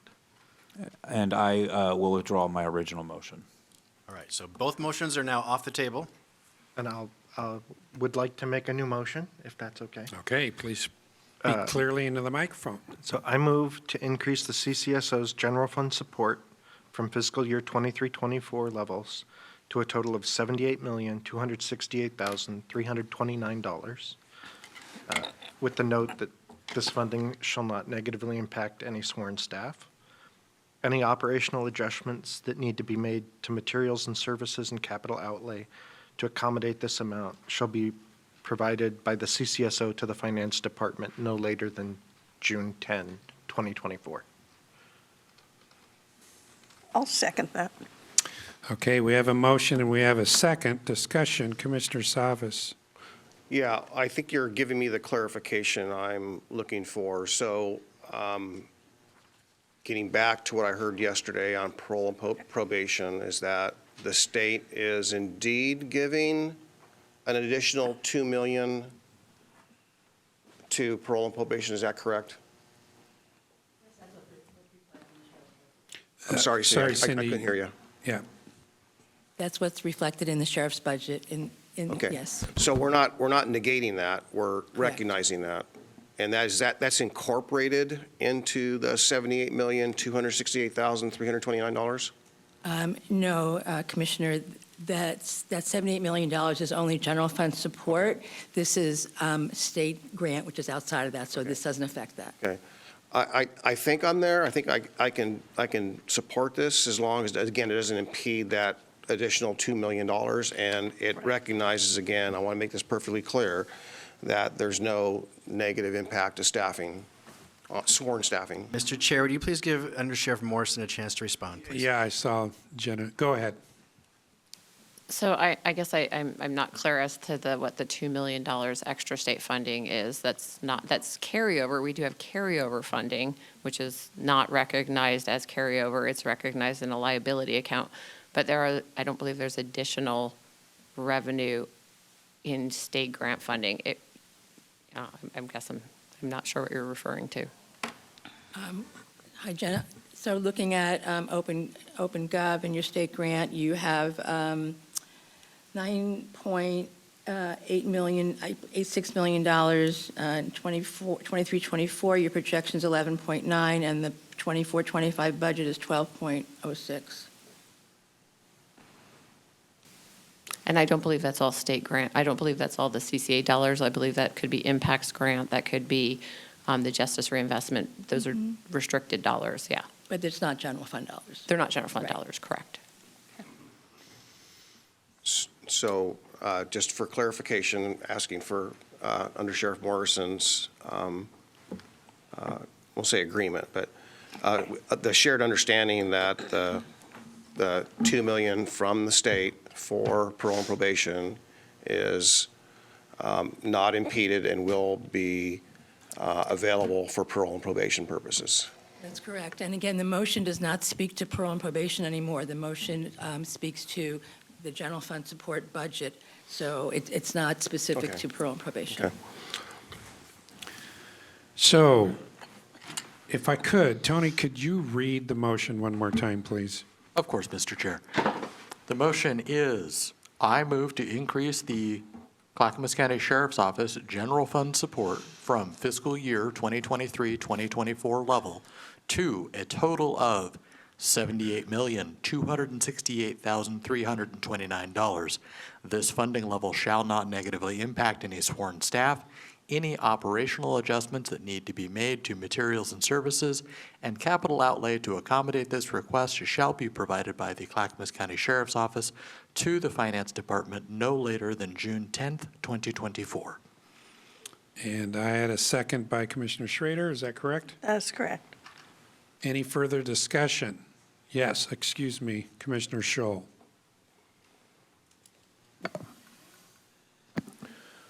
Okay, so last year, the general fund support to the CCSO was $74,629,000 and some change, correct? That's correct. Okay. And in your budget this year, under Sheriff Morrison, you had 81,768,000 and some change. So this motion is actually a $4 million roughly increase over general support fund last year.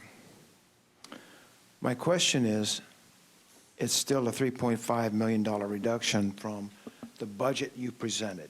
How will the CCSO, how will the sheriff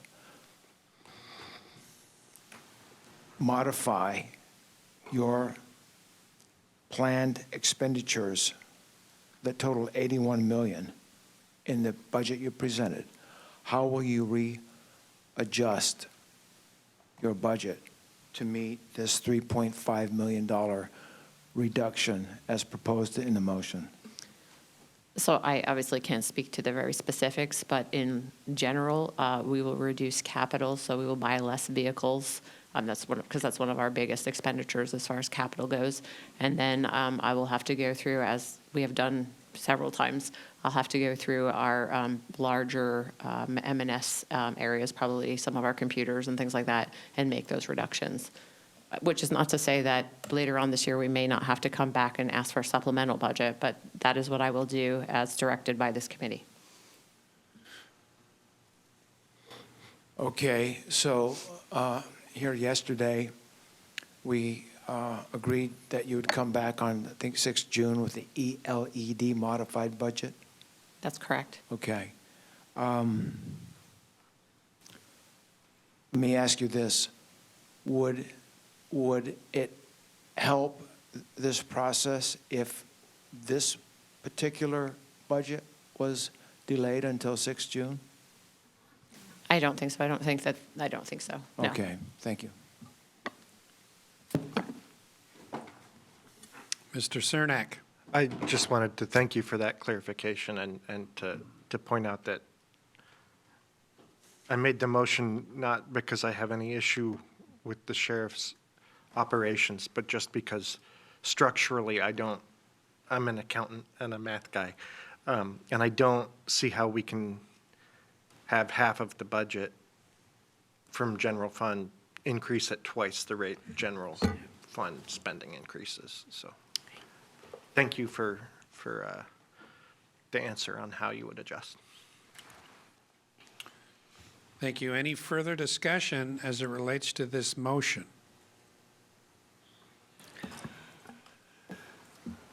Seeing none, I'll ask the clerk to call the poll.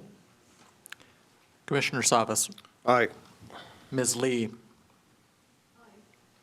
Commissioner Schull.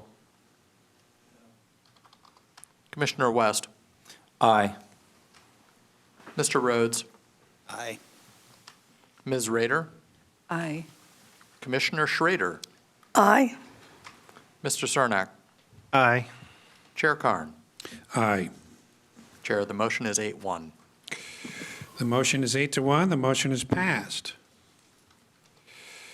Okay, we're at a point also now to hear other motions, correct? Yes, that is correct. Any other motions on the floor as it relates to our 24-25 budget, please? Mr. Rhodes. Thank you. As you heard yesterday, I had some concerns about the levy fund, in particular in regards to the sheriff's office. I don't want to rehash all of those points, but suffice it to say that it, for me at least, and I think for this committee, it requires some clarification. Joining what my friend Jan said earlier about that levy fund, I would like to move that this committee require the sheriff to produce a financial spending plan for the fund in totality for the sheriff's levy. And that plan should include the duration, which I believe is about 2.5 more years, the duration of the life of the levy, so that we have so that we can see a financial plan about how the intent to spend that money as requested by the voters, to spend it in totality by the end of the levy. I can rephrase that if that's way too lengthy. Okay, so you are making a motion, correct? Yes. All right, would you please rephrase it Okay. so that all I of us are move that clear? this committee require the sheriff to produce a financial spending plan for the remaining funds over the life of the sheriff's levy, to detail the sheriff's intent to spend that money as described by the ballot, the levy language. Thank you. Do we have a second? I'll second. Jan is seconded. Discussion. I'll jump in here. So I would, I'm not asking for an amendment to the motion, but I wonder if that is the same thing or not. Just going to put this out there. Is that the same thing or not as how the sheriff's levy will be and the purpose of the levy will be implemented? Will we get the same result, essentially? And if not, maybe there's either a secondary motion or there's an amendment to the motion that includes how the levy will be implemented as well as the funds. To me, they're two different things, but they need to be joined, because I'm not, for one, sure, I'm going to be focused on the dollars, sure, of course, but I'm also want to make sure that the voter's intent is fulfilled, which is being a steward of the measure as well as the funds that go with it. I just want to put that out there on the table. Mr. Rhodes. Yeah, I concur. We heard yesterday the sheriff say that she's a steward of the money, and I'd prefer her to be a steward of the levy. But I'm mindful that I and this committee can't control exactly how she operationally spends that money. So I want this request that I'm making to be within the legal parameter of we can't require the sheriff to spend it. We can't require the sheriff to spend it at all. We can't require the sheriff to spend it in any particular way. But she declares that she's the steward of the money. I think it's reasonable that we ask what her plan is. And I want to see a detailed plan of, because right now there's a $5.9 million surplus, and that surplus is growing, and by the end of the life of this levy, could be 2 to 3 times that amount of unspent money. So looking at it through the lens of a budget committee, that doesn't seem balanced to me, and that is our responsibility.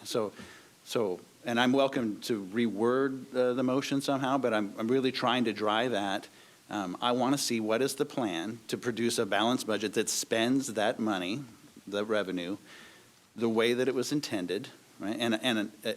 And that plan needs to be more than just a goal or a statement that I'm a steward of the money. I need a plan. I want to see this. We are entitled to at least a plan. She gets to make the plan. She gets to make the decisions. But I want to see what that is, because I don't see it now, and she couldn't illustrate it to me. So I think it's reasonable that she produce this plan. And I'll be super reasonable in that I don't even need to see it until the next time this committee reconvenes. That's 12 months from now. But before we reconvene, I think it reasonable for her to produce a plan that we can see whether or not she is spending that money as we've collected, as this commission has collected it from taxpayers, and as they wished it to be spent. Commissioner Scholl, you had your card up earlier. Are you good? It had to do with this motion. Okay. Well, I hear your concern, Mr. Rhodes, and I think I would put it maybe another, I won't say a spin, but another angle on it, and that angle is the voters wanted to see enhanced protection, police services, sheriff services, and so forth. So in the guise of public safety, I think having the plan and the work done stated in the levy, the goal stated in the levy, is more important than having X amount of $1 million in the bank, right? It's about making sure it's implemented. So I don't know, I don't want to ask for another timeout, but I just wondered if we could craft a very strategic motion that gets to that somehow, unless someone's doing that right now. I'm not doing it, but I just wonder if we could word it somehow that gets to that shared concern. Yeah, I don't know what that wording is, right? Perhaps it's an operational plan, operational and expense plan, but the reality is, I need to know that there's a plan. I need to know that the sheriff has a plan to spend this money, not just to save it, but to spend it to meet the needs. And what is that plan? So I agree. I don't know what, I'm willing to change it. I just don't know what that verbiage would be. Right? Okay. So I'm currently satisfied with the motion that the sheriff produce. I'll amend it to an operational and financial plan for the levy, for the remaining life of the levy. For the implementation of the levy. And for the implementation of the levy. Thank you. That word itself might help. An operational financial spending plan for the implementation of the levy. There you go. Would you Okay, accept my Commissioner amendment? Schrader. Yeah, I just have a question here. I think this is a good thing to do. So that's not what my question is. But one of the issues that we have found with the ELED and Fund, and it's kind of that mixing with Fund 100. So are you implying in this that we separate out the ELED program and that it be closed in Fund 100? That'll be a Because yes, but that'll be a second motion that'll make, that's in line with the audit request and separation of those funds. Okay, because that's why you're making this motion, but like I said, I think part of the issue, as I said, it has always seemed to be that it's I've seen it before, budgeting by bucket, so that you kind of move it from one bucket to another, and we're just trying to have two separate buckets. That's how I'm seeing this, and you'll take care of that. Okay, thank you. Okay, point of order. We had a motion, we had a second. Gary, where are we? In light of, there is a amendment to that original motion. Yeah, so I amended some verbiage to my amendment, and I believe that Jan accepts that amendment? Yes. So it's been amended, and this amendment's been seconded. We're using the term amendment too literally. So you changed your original motion and the seconder agreed, so we have one motion on the table. That motion still exists. Okay. Staff's not writing anything because I'm not clear what you want us to do differently, but it sounds like you may all agree with the changed motion. Is that right? Okay, can we restate the motion? Yeah, Tony, please.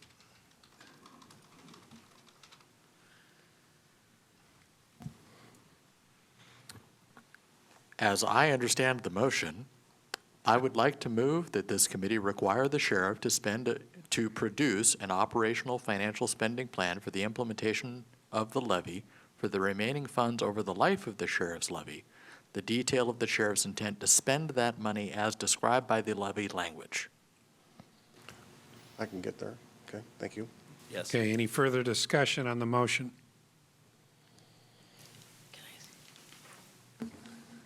Cindy? Are you going to put a time frame in there in terms of, because you're saying by the next time this committee meets, or your quarterly meeting, it would just be good to put some kind of time frame on when you want this? James?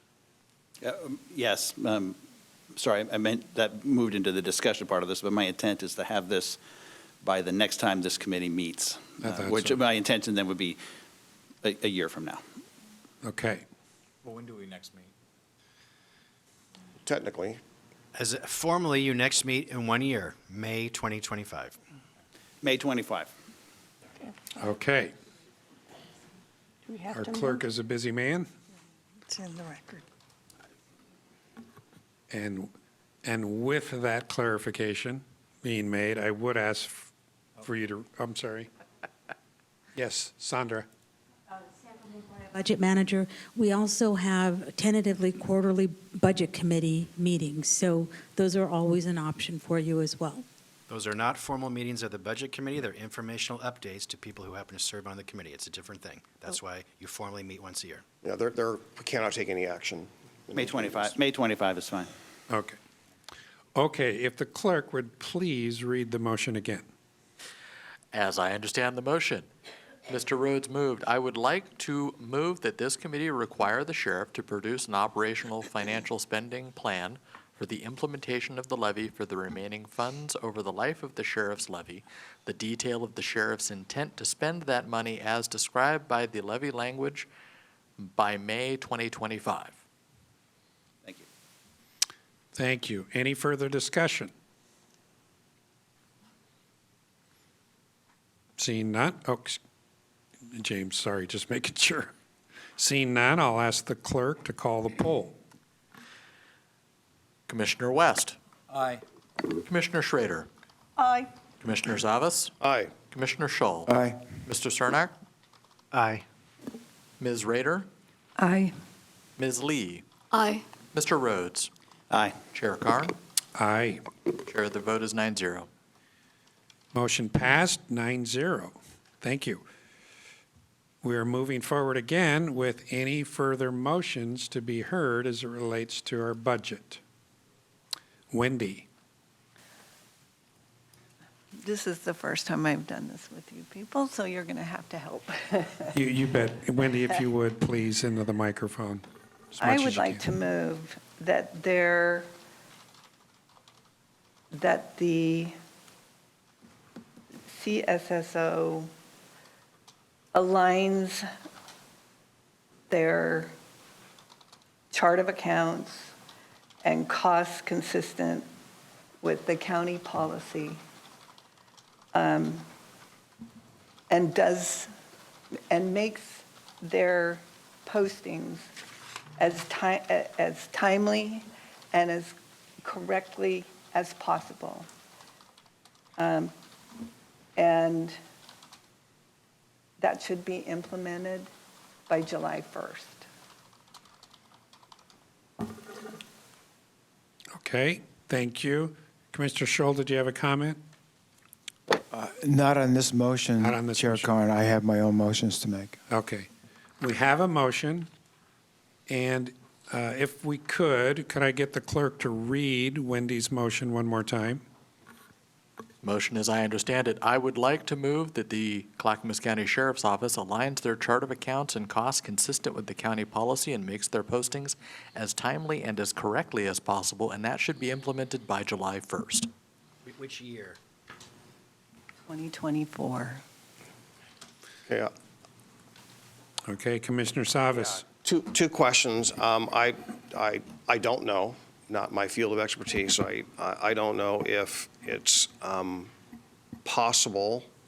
I would hope it is. I would assume it would not be that hard, but I don't know if that's a doable thing by July 1st. I'm seeing heads nod up and down. So if that's the case, it's doable. That's good to hear. The other one, too, I just wonder, Ms. Rader, if another option for a motion could be to, we strongly recommend that the Sheriff's Office implements all the recommendations provided by the Audit Committee, or the auditor. That's another way of getting at all that without any, and that would include things that maybe you haven't mentioned in your motion. That we support the recommendations that we asked. I would support that. So there's been no second to Ms. Rader's motion. That's the first step. Yes. Okay. So proper procedure would be is looking for a second. I will second. We have a second by Mr. Cernak. Okay. Now, For- Commissioner Savas has made a suggestion, Ms. Rader, if you want to change your motion or not. Or you could offer an amendment, Commissioner, if you chose Yeah. that. I offer an amendment that would read, we strongly recommend that the Sheriff's Office implements all of the recommendations in the audit provided in February of 2024. You're okay? Okay. Yep, I'm good. By a date of July 1st, Yep. 2024. You like that, Wendy? Okay? I like it. Yep, okay. Good. So again, we're mixing up the second. term amendment. So either this is a formal amendment or Ms. Rader's just going to withdraw your original motion and accept his as the motion. Exactly. I'll accept the amendment as the motion. Okay. Gary. May I offer a staff recommendation? You also include county finance, not just the sheriff's office, because both are listed in that audit, to be fair. Everyone has to implement by July 1st, if you would agree with that, Ms. Rader. And if you I all agree agree. with that, I would agree with that. Shall we restate that then? please. Yes. So I'll restate that. We recommend that the Sheriff's Office and the Clackamas County Finance Department implement all of the recommendations in the February 2024 audit by July 1st of 2024. Okay, do we have a second to that? Can I amend that? Do I second it and then amend it? Yes. Oh, so I second it and then I like to amend it. Well, you could maybe make Paul, a suggestion to Paul on how to amend it, as then there'd be less voting, but. Okay, So I don't know what you call that. so we have a second, but we have a request for an amendment. So go ahead, Mr. Rhodes. Thank you. Regarding the audit and the implementation plan, it's lengthy. There's a lot here and a lot of requirements. They are all important, reflecting on what Wendy said earlier. They're shocking. I would consider language that said something to the effect of the sheriff's office and county finance, all parties involved should complete the entirety of every one of these suggestions, the first 7 of which are categorized as critical or high importance by July 1, and the remaining by December 1, making it a little more realistic that it can be completed. The important ones being that those that are listed, the top 7 that are listed as critical and high, be done by July 1, to include specifically aligning the chart of accounts. And as Commissioner Schrader mentioned, included in those priorities would be separating the funds. So separating ELED, for example, Fund 216 from 100, and the levy 206 from the general fund, as prescribed in, I think it's number 3C of the audit. So again, to rephrase, specifically, the first 7 labeled as high and critical importance to be completed by July 1, the remaining to be completed by December 1. And in that first 7, to specifically include the chart of accounts as listed in there, and the separation of funds, 100, 206, and 216. So thank you for that. I think there's some of that I'd be willing to fold in. I'm just wondering about having that second layer of detail that's kind of redundant, that's already in here. Yeah, but perhaps, I'm sorry, maybe that second layer belongs better in the discussion of this. I just don't want it to get lost in there, because that was Wendy's initial request, that chart of accounts. I just don't want that to get lost in there. I think I see it in here, but it doesn't say the words chart of accounts. But I see that as included in that top priority, the top 7. Right, and it is specifically called out, correct? What you're referring to? Yes. Yes. Okay. So I think by encapsulating the audit itself and the recommendations, we're doing that. Okay. And I think that a shorter motion is always a clearer motion. I've been taught as I'm being schooled along. So I'll rephrase my amendment and the amendment to read that we strongly recommend that the CCSO and Clackamas County finance staff implement all the recommendations, the auditor's recommendations in the February 2024 audit, and putting priority on the critical and high to be completed by July 1st of 2024, and the remaining recommendations by December of 2024. I second that if it needs it. Okay, Gary. So my wonderful staff are freaking out right now because there's significant work that you're putting on the finance staff to do in 30 days, and frankly, we can't do it. Because we still have to do this, put this budget, when you're done today, my staff has 3 full weeks of work to get this budget ready for adoption. And I'm sorry we can't put a policy together on the cost allocations in 30 days. I totally support what you're suggesting. I want to be really upfront with you. We can't deliver. That was going to be my question. So I guess, Gary, if you could provide an idea, doesn't have to be exact, but an idea of how long that work might take? I guess I would respectfully suggest that the things the easy pickings, the low-hanging fruit that can easily be done by July 1st, clearly following a chart of accounts, having an indirect policy that's been approved by me in finance, that can easily happen in 30 days. Finalize the IGA with the ELED. The draft is basically done. And I'm sorry, Stephen, it's the last thing he's finished today. That can go in the next 2 weeks. So most of this we can get done.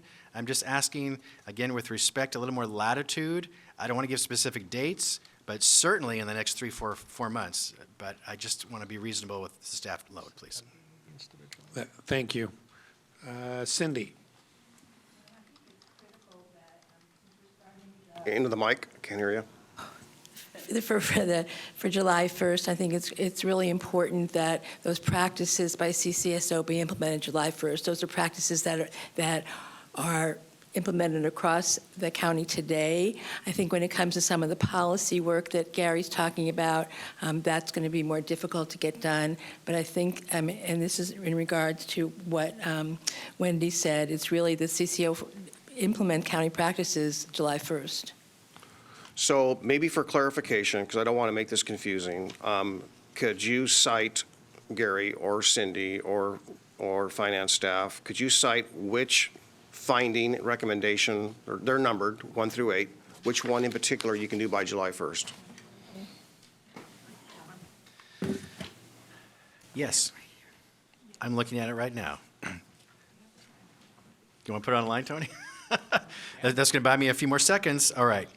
The first one, so Elizabeth, help me. The first one is a county finance developed document shared guidance on budget process. This is the budget manual. You basically already updated that, right? That's Okay. done. So number 1 is already done, and that would be ready to go for next fiscal year. Number 2 is that the Sheriff's Office Finance work together on expenditure guidelines for the levy and ELED, reviewed by County Council and Administrator. I believe that the draft is done. It just has to go through Finance and Admin. We can do that in 30 days, right, Elizabeth? So I would say the work is nearly done, but my concern with this language is that it says that we are going to agree on allowable uses of the funds and then the order, like the priority. And I'm sorry, Gary, but we've been at this for 2 years. As a budget committee, as a group, we still can't get there. And so I'm kind of concerned that we would be expected to do this in a month. So I raise that as a concern. Well, I think that's why we're here. And I hear your concern, so I guess what is a reasonable amount of time? So number 1, yes.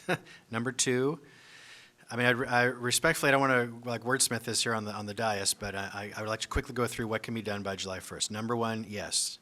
Number 2, no. Number 3, Sheriff's Office work on an indirect cost allocation plan and then review it with Finance the Administrator. Is that close to done? I think so. Yes? Yes. Cindy? Yes. Elizabeth? I think we can get close. The Sheriff's Office has started. I would say that we still have some areas that we would say could be added. So they have started with it. We would add to it, because as Cindy said, there could be more that we would add as overhead. Okay.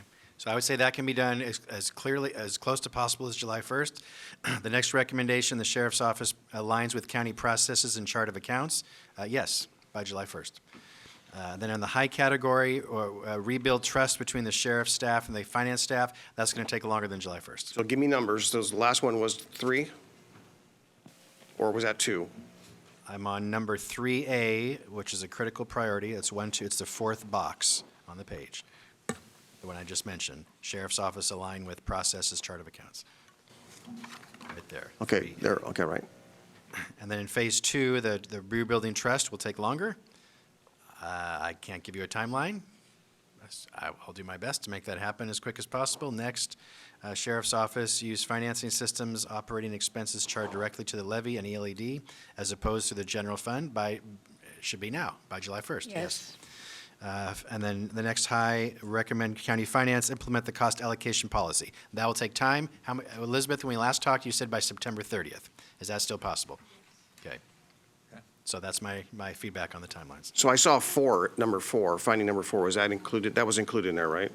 4 is the cost allocation policy. Right. So it's 1, 3A, 4, and 7, correct?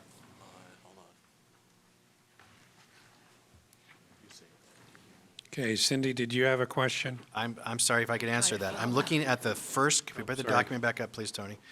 I'm looking at the far left column that says, here's 2A, that's what I'm looking at, Phase 1, 2A. 2A, yes, by July 1st. Next page, 6, by July 1st. 3A by July 1st. And then 4, Phase 2, number 4 by July 1st. Is that right? 7. Where's 7? 7 by July 1st, yes. Said 7? Yes, Okay. And 4 was September 30, is that right? yes. Okay, so 2A, 6, 3A, 4, and 7. Just going to reorganize those for my, 4 September. oh, okay. So 3A, 6, 7. Okay, I'm going to take another stab at this.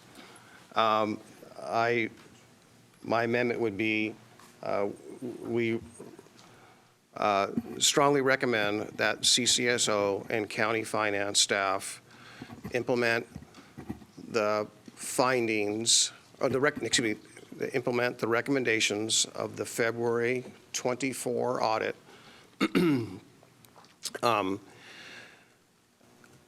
period, and prioritize finding or recommendation 2A, 3, 6, and 7 by July 1st, and the remaining recommendations by December of '24.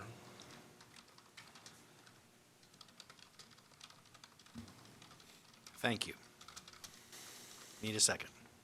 Okay, with that said, James, do you have a question? A second. There's a second. So may I recommend that is now the prevailing motion, and everything else you've discussed is gone? Would you all Okay, agree to that? thank you. This is a motion on the table. Thank you. Thank you, I appreciate that. And if Tony has that already typed, I would love a rereading of that motion. Of course, Mr. Chair. The motion is, we strongly recommend that CCSO, that is Clackamas County Sheriff's Office, and county finance staff implement the recommendations of the February 24 audit, prioritize recommendations 2A, 3A, 6, and 7 by July 1, and the remaining recommendations by December of 2024. Thank you. And we had a second by Mr. Rhodes. Any other further discussion, questions? Mr. Rhodes? My concern, I like this motion, and this is important. We invested money in this audit. It's a good audit. They're important points. They're valuable. My concern is that in the meantime, because it takes time to implement these things, my fear is that it'll be business as usual. And so I'm lamenting or considering, right, the carrot and the stick. Would it be reasonable to require the sheriff's office to adhere to its total approved appropriation of the 3 funds? So essentially to hold to the appropriate, whatever we appropriate at the end of this meeting, to hold to that appropriation of funds 100, 206, 216, that being the general fund, the levy, and the ELED, and hold to that until which time that these priorities from the implementation plan of the audit are completed. In essence, meaning that there will be no supplemental budgets accepted or submitted until which time this motion is completed, i.e., until which time all of these audit things have come true. That'd be a separate motion? Gary, can you help with some clarification? That should be an amendment. That is significantly changed enough. That should be an amendment or a separate motion. It could be a separate motion as well after you dispense with this one. Yeah, at first, before I do that, I propose it as a discussion point, right? Because again, I mean, my fear is that we'll do this. this won't be done necessarily on time. And in the meantime, there'll be 1, 2, 3 supplemental budget requests. And we're essentially punting, this committee is punting this down the road to the commission to then pick up supplemental budget requests, still operating in the blind without the correct chart of accounts, and so what I'm suggesting or contemplating with this group is essentially a stay. You will be held to your appropriated budget without supplemental budgets until we get this cleaned up, because again, it is important. This is a valuable audit. We invested money in it. We're invested in getting this done. We're passing a motion requiring it be done. I think that between now and then, the completion of these audit things, that we should consider some stopgap, some hold. And in my mind, that is holding the sheriff's office to their allotted funds, full stop, until we get this sorted out. And then after that, the supplemental budgets come. We would, I expect, have a clearer picture. There's a more aligned chart of accounts, a separation between funds, the LED levy, and all the other things that are listed here. And then this committee or this commission would be in a better place to make decisions about supplemental budgets. Mr. Rhodes, I concur with a lot of your thoughts. I suggest, because that's a can of worms that I want to ask legal counsel and other staff, so I was just wondering if we can actually vote on the motion and then discuss your points. So call for the motion. Okay. Did you want a rereading, or are we good? No, I think Tony did okay. a marvelous job. Okay. He was calling for the vote, so you go to immediate vote. Okay, so if the clerk could call the poll. Ms. Lee, Aye. Ms. Rader, Aye. Commissioner Schrader, Aye. Commissioner Scholl, Aye. Commissioner West, Aye. Mr. Cernak, Aye. Mr. Rhodes, Aye. Commissioner Savas, Aye. Chair Karn. Aye. Chair, the vote is 9-0. Vote was 9-0. Motion passes. Thank you. Okay. Yes, To Mr. Commissioner Rhodes' concerns, question for both administrator and legal counsel. I do know, I'm of the belief, this is not a fact, just of the belief, as one person, one layman here, that our powers as the Budget Committee are limited, just as are, to some degree, the powers of the Board of County Commissioners, right? The budget, as I understand it, does not have, unless we did line item budgeting, does not have that specific detailed authority in the whole realm of any department of all expenditures by detail. So my question to our staff is, with regards to the concerns that Mr. Rhodes has pointed out, what can we do to compel a result?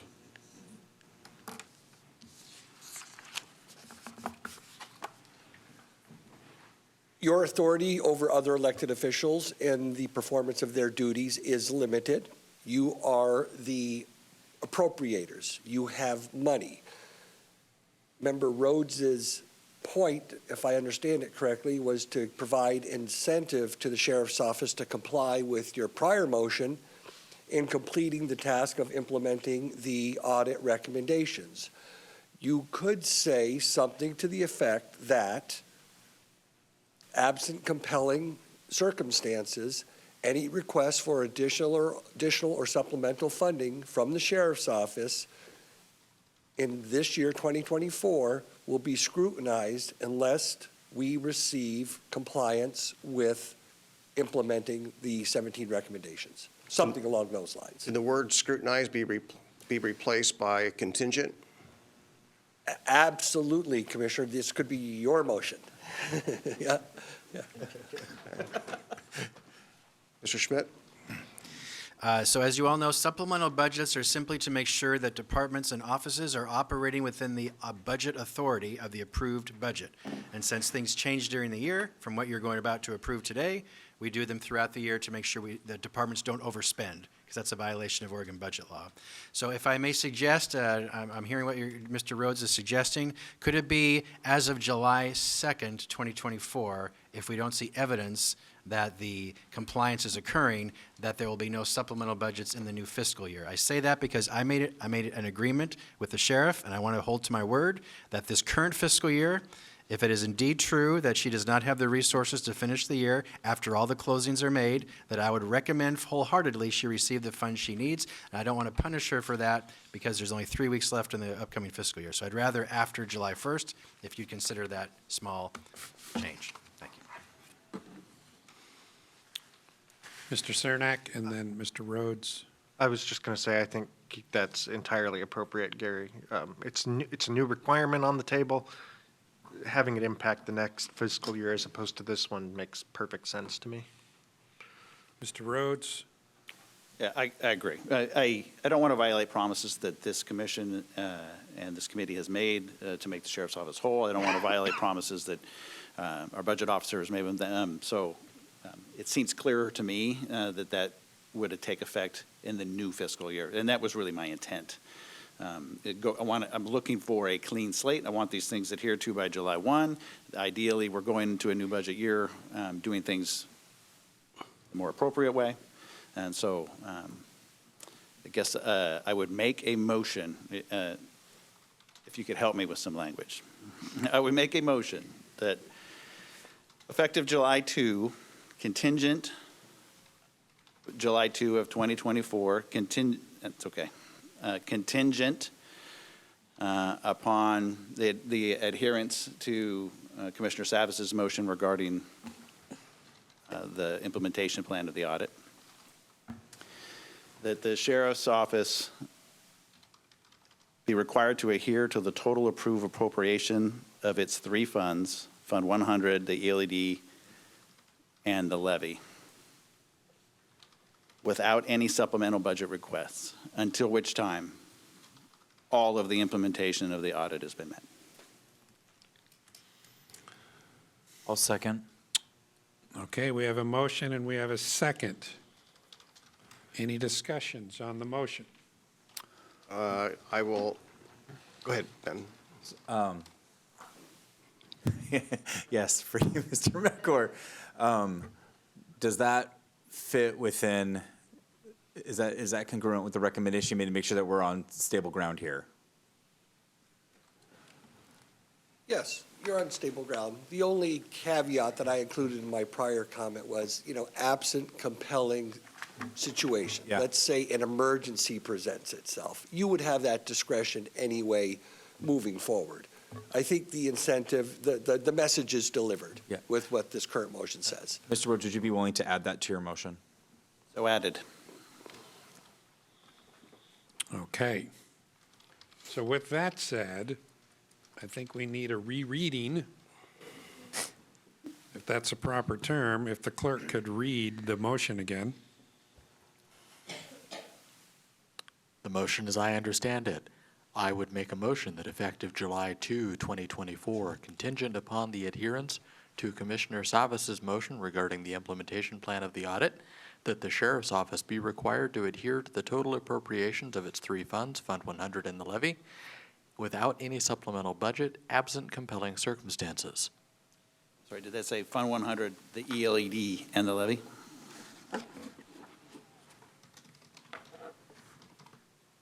It does now. Okay, and Commissioner West was our second. Further discussion, Mr. Cernak. So a semantics question to make sure we're getting at the right thing. My understanding is essentially that's saying contingent on compliance. We don't want to give her any additional funds. And I think it should say we want to hold her to it unless it's met. I could be mistaken about that, but I think just that it starts out saying contingent upon compliance, we want her to live within the appropriated funds without any additional supplemental budgets. May I, Mr. Chair? So I'm confused. Are you saying, I apologize, she gets no supplemental budget, period, or only if in compliance with all of these audit findings, then yes, supplemental is okay? I'm sorry, my intent was not until all of these have been met.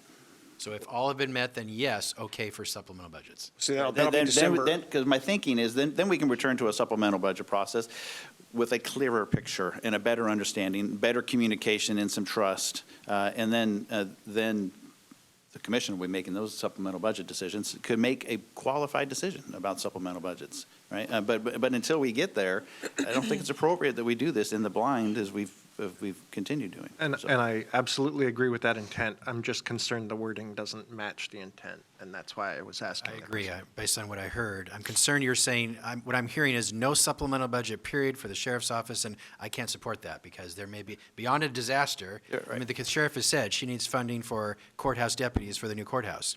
That's real, so we have to address that in the coming year. So I guess, is it Cindy?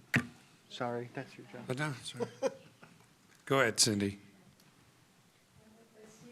Your microphone. Stephen, what was that, albeit emergency, what was it phrase, whatever Stephen said, but basically, when you're talking about consideration of requests for future general fund support shall be contingent on the sheriff's implementation of the audit report. And then I think the other part of that is the expectation that the sheriff also live within the appropriations from each of the three areas, so you can add that to it. But what you're saying is that you're not going to consider a supplemental budget request until these other things happen. I feel like that's what the motion is. We definitely need a rereading. As written, I would make a motion that effective July 2nd, 2024, contingent upon the adherence to Commissioner Savas's motion regarding the implementation plan of the audit, that the Sheriff's Office be required to adhere to the total appropriations of its three funds, Fund 100, the ELED, and the levy, without any supplemental budget absent compelling circumstances. Okay, any other discussion? I guess I would Go ahead. want to ask the attorney's opinion on if the reading matches the intent. I think so, but there are a lot of words there. We're talking about for fiscal year 24-25, the Budget Committee is not inclined to consider supplemental budget requests from the Sheriff's Office absent compelling reasons unless she implements all of the audit recommendations from the Moss Adams February 2024 audit. Is that right? Yes, I believe so. Uh-oh. Well, I think there's a functional aspect of that. The Budget Committee can't do anything until May of next year. We can't take any action. So it really is it's really passed on to the Board of County Commissioners and administration, not the Budget Committee. The message is from the Budget Committee, though, of which you are a member, though. So it might be hold more sway in that regard. Right. Yeah. Okay. Okay, Is the motion now what Mr. Madcore spoke to, which was pretty concise? that is actually a very good question, Mr. West.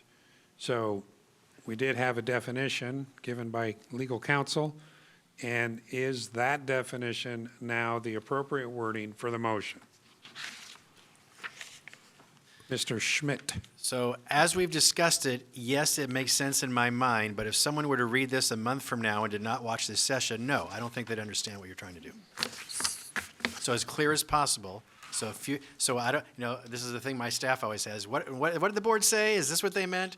We can't interpret. The motion has to be crystal clear. So I respectfully suggest the motion is still not crystal clear. Chair, I request a 5-minute recess. Excuse me. I think that would be appropriate real quick. Cindy, are you okay? Yes. All right, we'll allow that. Okay, great. In light of that, this Budget Committee is in recess for the next 10 minutes.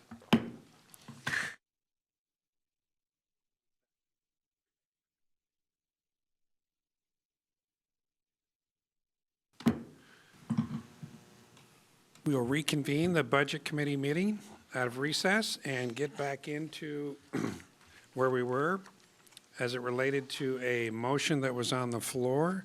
I would like to have that motion reread, if we would, Mr. Rhodes. May I restate the motion? Restate.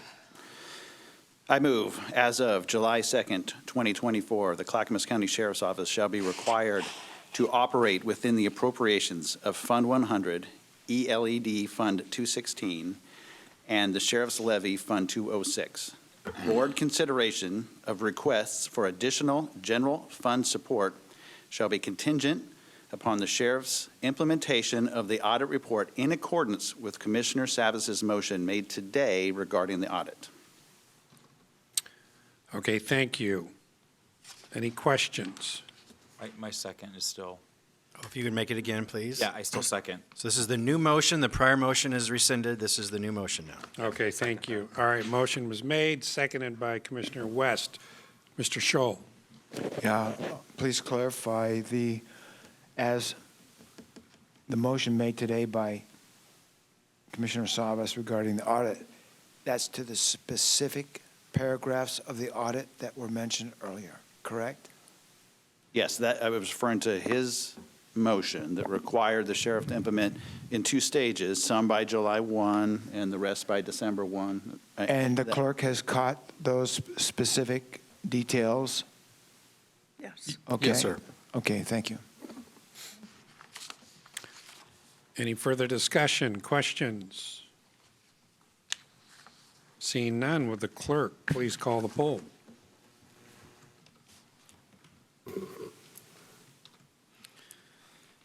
Commissioner Savas, Aye. Commissioner Schrader, Aye. Ms. Lee, Aye. Mr. Cernak, Aye. Ms. Rader, Aye. Commissioner Shull, Aye. Mr. Rhodes, Aye. Mr. West, Aye. Chair Karn. Aye. Chair, the motion is 9-0. The motion 9-0, motion passes. Thank you. We will continue to move on with any other motions as it relates to our budget process. Commissioner Shaw has his card up. Oh, I apologize, Commissioner Scholl. Yeah, thank you, Chair Karn. Yesterday, we heard the county treasurer speak about the U.S. Treasury key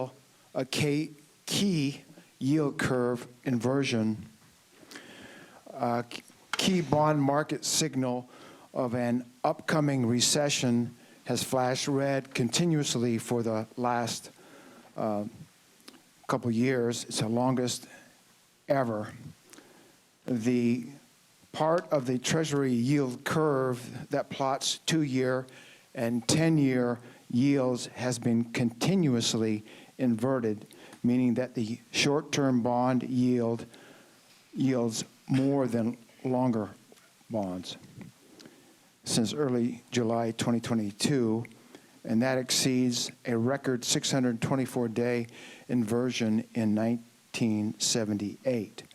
A 2-10 curve inversion is a time-honored signal of an upcoming recession.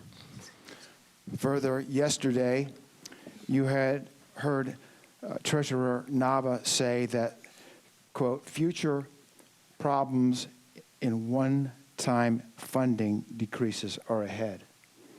He also referred to the Secretary of the Treasury comment on concerns for the future budgets.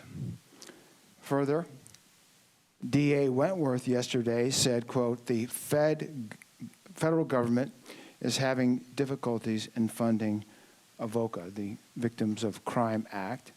And he went on to say that state funding is even more tenuous than the federal grants. And then Mr. Cook from H3S said, new programs are meeting future funding instability. So I believe that this budget committee must be proactive. And therefore, I have a motion to make. It has to do with services that are not required by the federal government or by state government, services that we've referred to as non-core services. The motion follows. I move that the Budget Committee direct the county administrator to identify all non-core services currently provided by the county and prepare a plan for the timed phase-out of non-core services with cost savings identified for presentation to the Board of Commissioners for consideration prior to the start of the FY25-26 budget cycle. Okay, we have a motion. Is there a second to that motion?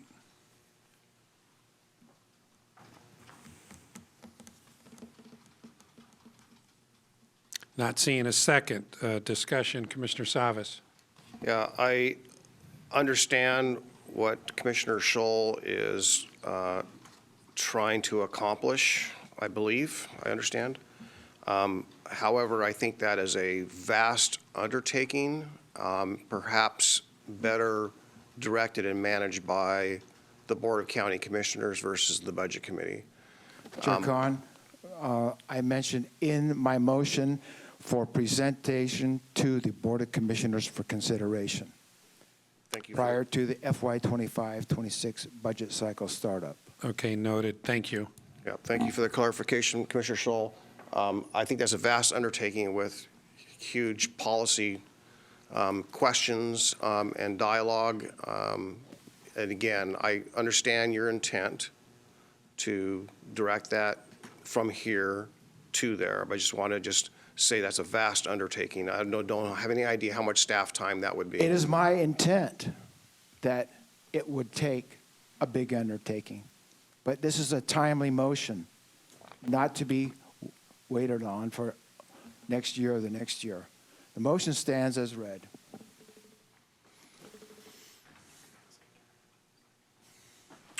I'll ask again if there's any seconds on the floor to the motion. Out of consideration of my colleague, I will provide a second for further discussion. Okay, we do have a second to the motion. I'd ask the clerk to read the motion, please. I move that the Budget Committee direct the county administrator to identify all non-core services currently provided by the county and prepare a plan for the phase-out of non-core services with cost savings identified for presentation to the Board of County Commissioners for consideration prior to the start of the fiscal year 2025-2026 budget cycle.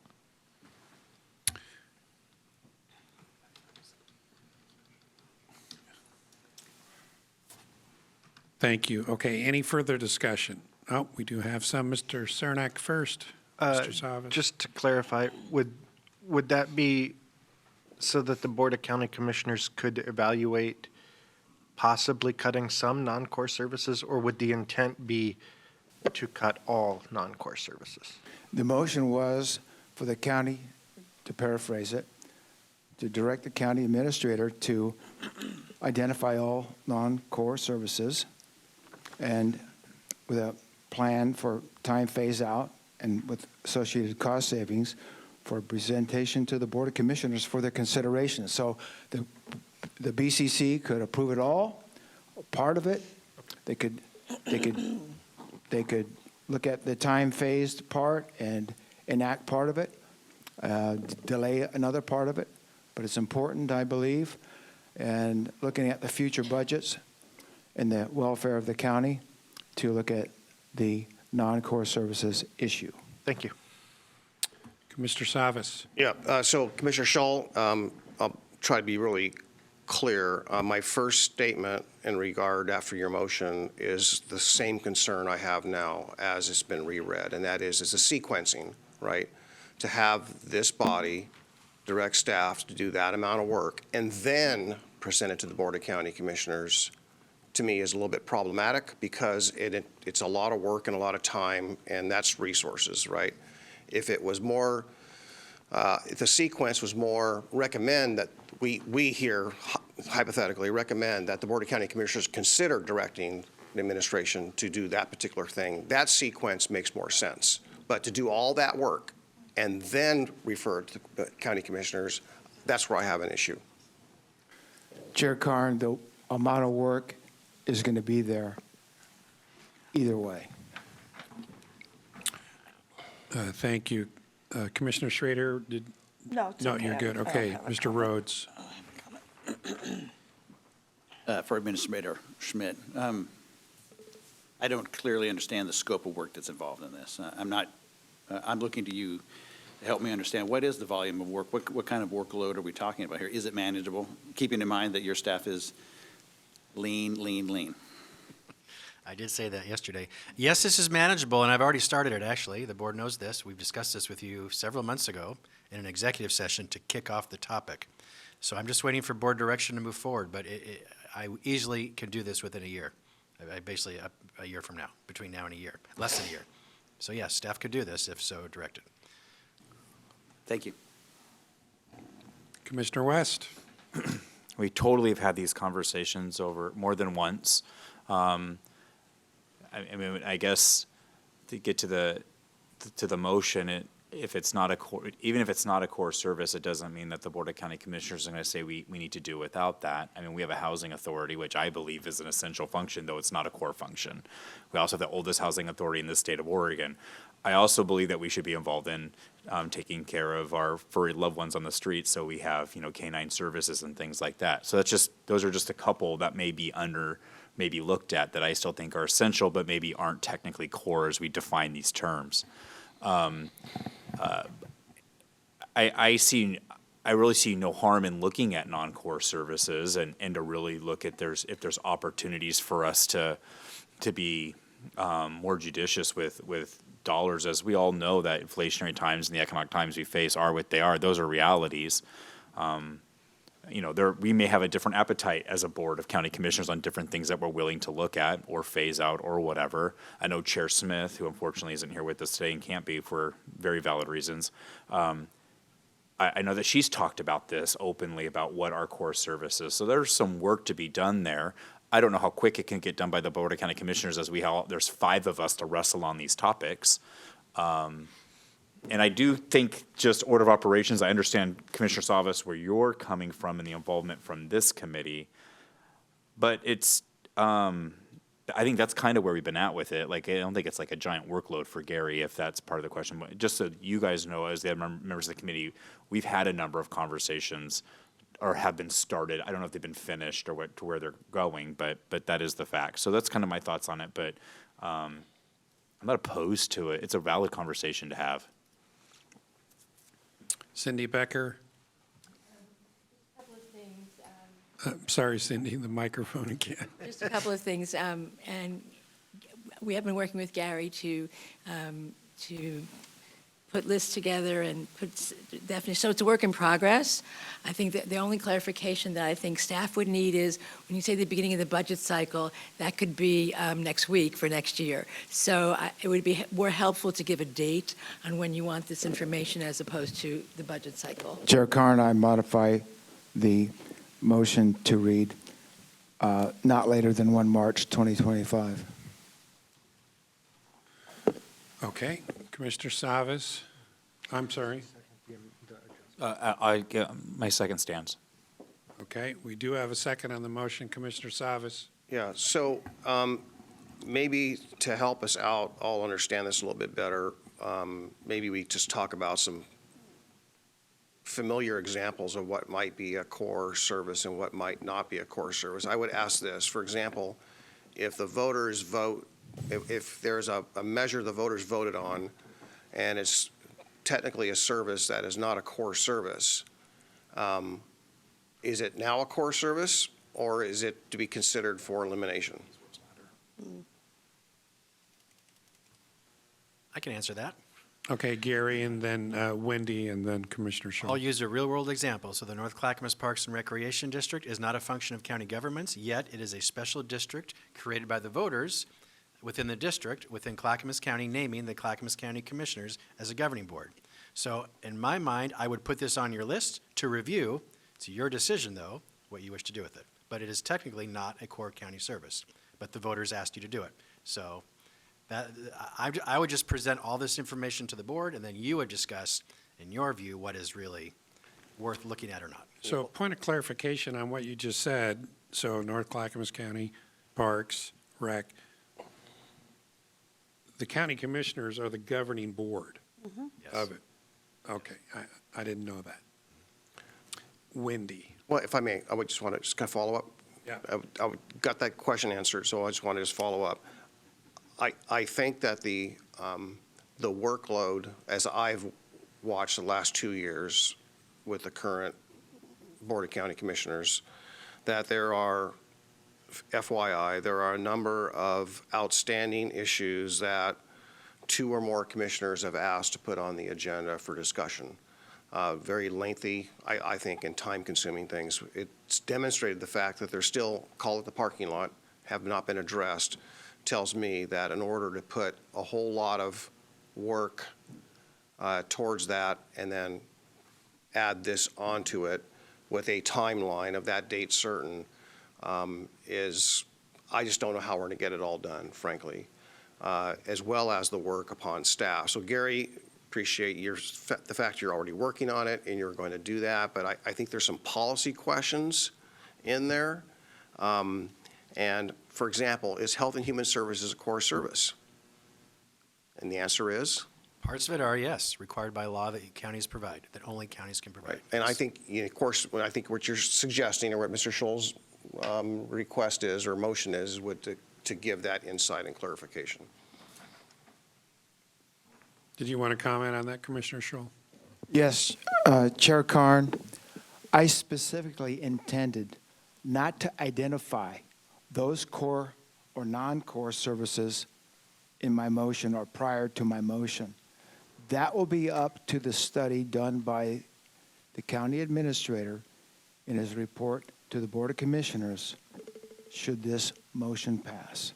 And a point of clarification, this is just identifying core services? Well, Chair Karn, my motion, as I read it, was to identify, that was the word in there, all non-core services currently provided by the county and prepare a plan and a time phase-out of non-core services with cost savings identified. Let me just say, Chair Karn, that I'm concerned about the future of the economy and the budget, and I believe that it's part of this Budget Committee's responsibility to be proactive and not just sit down on Budget Week and look at 800 pages of budget, but to be proactive. Further, I have spoken with the county administrator on this idea of the need to look at how we can potentially reduce costs in the future. And this is just one of my ideas that I'm going to share with you today. Okay, Wendy's been waiting patiently.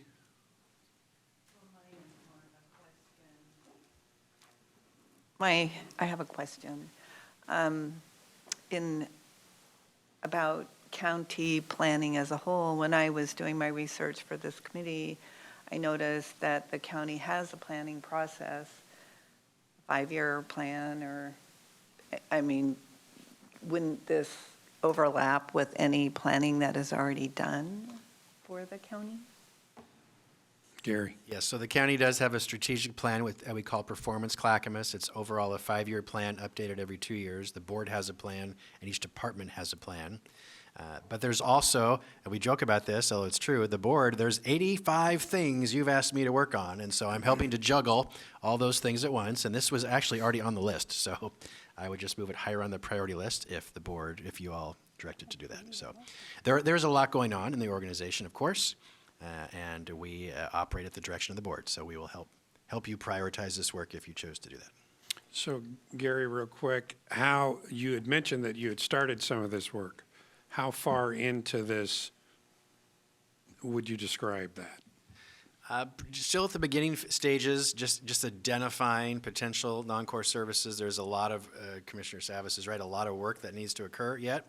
But again, the motion is just to identify, not to make a decision, to identify what those are and present that to the board. And then the board would have a series of policy discussions on what, if any, they'd like to implement. So to me, this is just a first step. Identification and then clarification. And That's what I'm understanding. Okay. Is that correct, Commissioner Shaw? That's correct. To illuminate the situation regarding services versus non-core services, so the Board of Commissioners can get a picture of a potential for cost savings and reduction of current services that are provided by the county. Thank you. Jan? I'm not sure that we need a motion for this because the staff is already engrossed in it and can report to the commission. It seems like an unnecessary motion. Okay, Commissioner Savas. Yeah, I just want to remind everyone that the motion also includes, which is the other part that I think was where the work is, a plan to phase out and the cost savings associated with. I think that was the full motion. So the first part identifying is not a big issue for me. That makes sense. It's the second part, I think, where the work is. Commissioner West? That gets along with what I was talking, what my thoughts were too, is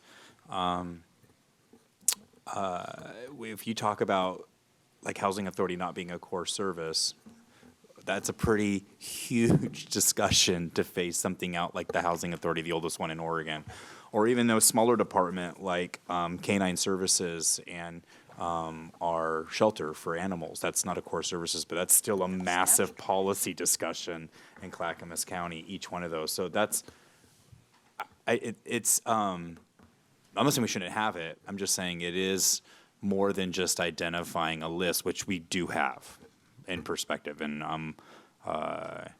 mean, we're here to do the work, so we can have that discussion on each one of them. But every single one of those is going to be a room full of constituents that have opinions about those specific services that have been around for decades from this county. Mr. Cernak? I guess I'm always inherently in favor of more information, and so would tend to support the motion and be extremely thankful that I am not part of the BCC that would have to actually make those policy decisions and have those tough conversations. But I'm inclined to give you the information to let you have those tough conversations. Thank you. I understand, Commissioner Scholl, your motion, though I think Commissioner West echoed kind of where I'm at. Identification of core services, absolutely. But the second piece of that, when you're talking about elimination, that's a real big deal. Just as a citizen, I would consider that to be a very big deal for all the commissioners. And as Commissioner West pointed out, that you would have a room full of people advocating, obviously, for what they're interested in and such. So I'm okay with that identification piece in your motion. However, implementation of elimination or something like that, I think you need a greater discussion. That's just my opinion. Chair Karn, if I may, the greater discussion would come after the assessment is done by the county administrator. And I did not get elected to do the easy things, okay? Note who made this motion. And I got 2 more motions after this. Thank you. Any further discussion? Yes, Mr. Rhodes, sorry. Yeah, again, for Administrator Schmidt, that second part, because as I understand it, the identification part, and then the plan to phase out and the cost savings. I understand that whether or not to implement these plans, a la carte or in whole, would involve a lot of discussion, right? But the actual creation of a plan to spark this discussion, a question for you and your staff, how much effort really is that? Is that accomplishable? Again, lean, where are we in your workload on this? Okay. My staff and I can put this plan together very, very quickly. It is just identifying the potential non-core services, what the steps would take if there were to be a separation, and that's it. There's, again, no decisions to do any of that. That's just Right, presenting. no decisions, but there's a plan to phase out and the cost savings. To do those two parts, you're fully capable to accomplish this. Absolutely by March 1st, 2025. Sooner than that, yes. Thank you. Okay, any further discussion? Everybody understand, Commissioner Schrader? I just want to let you know, I agree with Ms. Lee. We're going to be doing this anyway. Why we're having a policy discussion of this magnitude during a budget committee meeting is a surprise to me. So I'll be a no on this. Chair Karn, it may be a surprise, but you recall on day one of convening this budget committee, you directed the members of the budget committee not to deliberate outside of the convened meeting.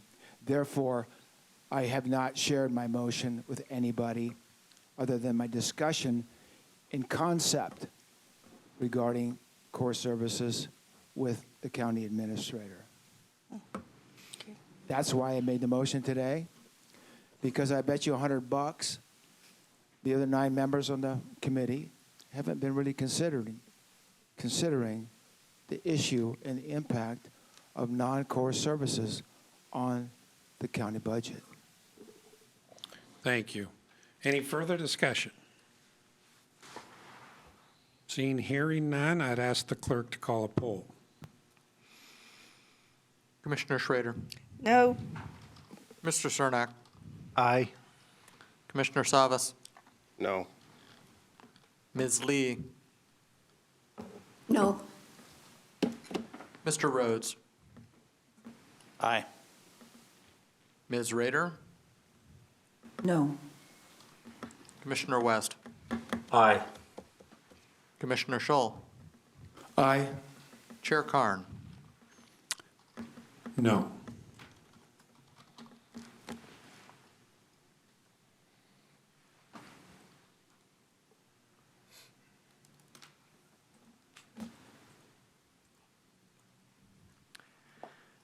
Chair, the motion, the outcome of the vote, I shall say, is 4 ayes and 5 nays. Okay, the motion fails. Opening the floor still for other motions. A process question. So your lunch is served. You could power through. I think you'll probably be at least another 30 to 45 minutes to go. So you could take a lunch break now, or you could power through and finish the day. Just wanted to share that with you. Thank you. Commissioner Schull, you mentioned you had 2 other motions? Yes. Okay, I have 2 prepared. I might make 1 and forgo the next, but that'll be up to me. okay. If there's 2, I just prefer we take a break. Yeah, I would agree. Okay. It is 5 after 12. Why don't we do that? So the Budget Committee will be in recess. What time would you like to come back? Let's be back at 1 o'clock. Okay, like an hour.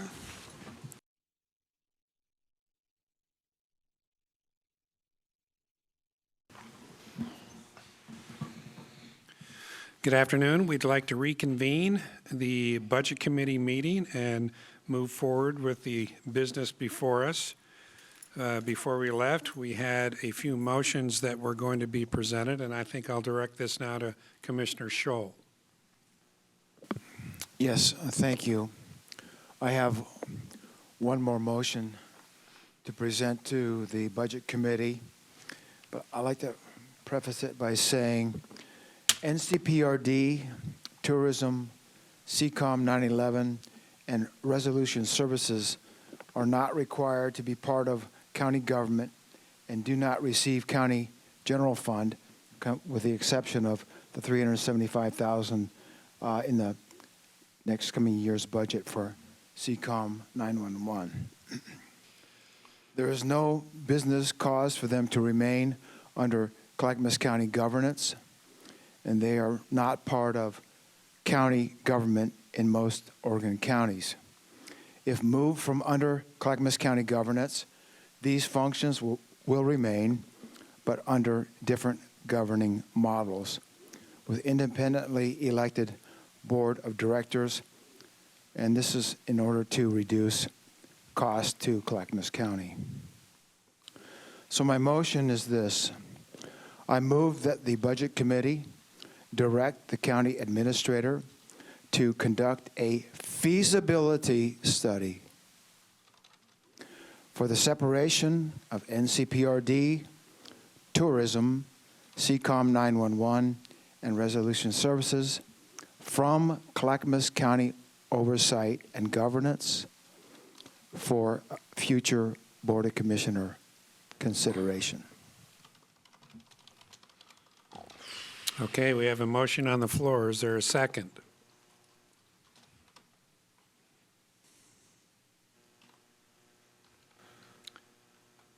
Hearing no second, the motion dies.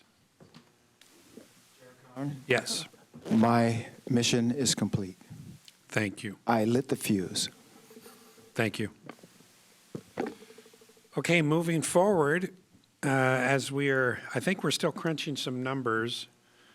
So, I'll defer to Administrator Schmidt real quick. yes, our staff is just confirming the final motion for you so that we're 100% accurate. They need a bit more time, so you can move on to other discussion, or if there's any other deliberation, now's the time. Otherwise, we'll ask for a short break, please. I'm happy to fill the space with something. Thank you. Mr. Rhodes first, and then Commissioner Silas. Okay. Mr. Rhodes, go ahead. I just want to we spent a lot of time today talking about the sheriff's office budget, and I just wanted to take a moment to recognize the rest of the budget that we saw yesterday. I am grateful for the presentations. I'm grateful for the thoughtful work. The sacrifices were made by all the directors and elected officials. I'm impressed by the budget. It is frugal and well-prepared, and I really want to thank sorry, I almost promoted you there, Administrator Schmidt and all of his staff for their diligent work that was months and months and months in the making. So thank you for a wonderfully prepared budget, in addition to and separate from that of the Sheriff's Office. Thank you. Commissioner Savas? Yeah, I just want to talk about districts in general, just for sake of conversation, and that is, when I first got involved in an elected role, not as a volunteer, I was on the water board in the Oak Grove area, and subsequently to the Oak Lodge Sanitary Board, which now today they're one continuous board. And I became the regional representative and then the Northwest Region representative for special districts. So I have an understanding sometimes of the intent of the voters to form a district. And when you look at the models of a special district, not unlike a fire district, not unlike a school district, they're all unique, of course. They're single purpose and they have a single focus. And along came a provision in Oregon statute for what's called county service districts. And the county service districts, for good purposes, for example, I can't name them all, but we have the 4-H, right? We have which serves a great function for kids, youth, and education. We have the library district, which is filling a void, which actually, frankly, the formation of that district, ironically, is a cost savings to the county. Because the county was providing library services, the voters voted to fund this, and that has relieved the county a substantial. There's a county parks, not a county parks, but it's county parks, and the county parks is struggling financially because, you could argue not really because, but just funding issues and challenges. And CPRD was formed in 1990 by the voters. The voters voted to form it as a county service district with county. I don't know the complete intent. You could argue the ups and downs of that, but the fact that they're single purpose, ideally, I certainly for one would like to see some of these districts remain county service districts and some like NCPRD become their own district at the right time. But transitioning that and educating the public, which is really actually underway right now, just for those of you who are wondering, that process is kind of, so to speak, underway. And I think the people that are looking at it right now that are working, they got their sleeves rolled up on it, figures about a 2 or 3 year process to do that. Hopefully it won't be that long, but I just do want to speak that I really felt that the efficiencies of single-purpose districts and the governance model is a great one. The struggle has been, from a governance standpoint, for the Board of County Commissioners to actually live in the district, understand it all, and be able to provide the time necessary to manage that particular district, and that's where we struggle. I'm the only commissioner in the last 13 or 14 years that's lived in NCPRD. None of us live, for example, in West, which is CCSD1 as a district, which is another district of the county, and also Tri-City Service District. And we was basically from a it was called an IGA, or ORS 451, where they are all put under one umbrella. The magnitude and the complexity and the legalese of that particular department is pretty substantial, and the governance to some degree is pretty substantial with cities and so forth. So I would argue there's an example, I think, that maybe that is the right place for a county service agency. So you have to, I think, balance those out to understand what they are, not unlike Washington County that has clean water services, for example. I think it's ran very well and very efficient under that model, but it's something to think about in full context. I can't speak to, you know, CCOM or 911 as much. I don't know that as well, but I just want to share that whenever we venture into something that is contrary to what the voters implemented is where we tend to struggle sometimes. Thank you. Commissioner West? A couple things that have been on my mind the last few days that we are not going to totally be able to resolve today is I'm really acutely aware of the important public safety work that DA Wentworth and his office does. I can't overstate how much DA Wentworth and his predecessor, really worked with less. And we're always collaborative and always behind the scenes saying, hey, we'll figure it out. I know last year we were able to afford them a little bit more money in the budget, which was way overdue, in my personal opinion.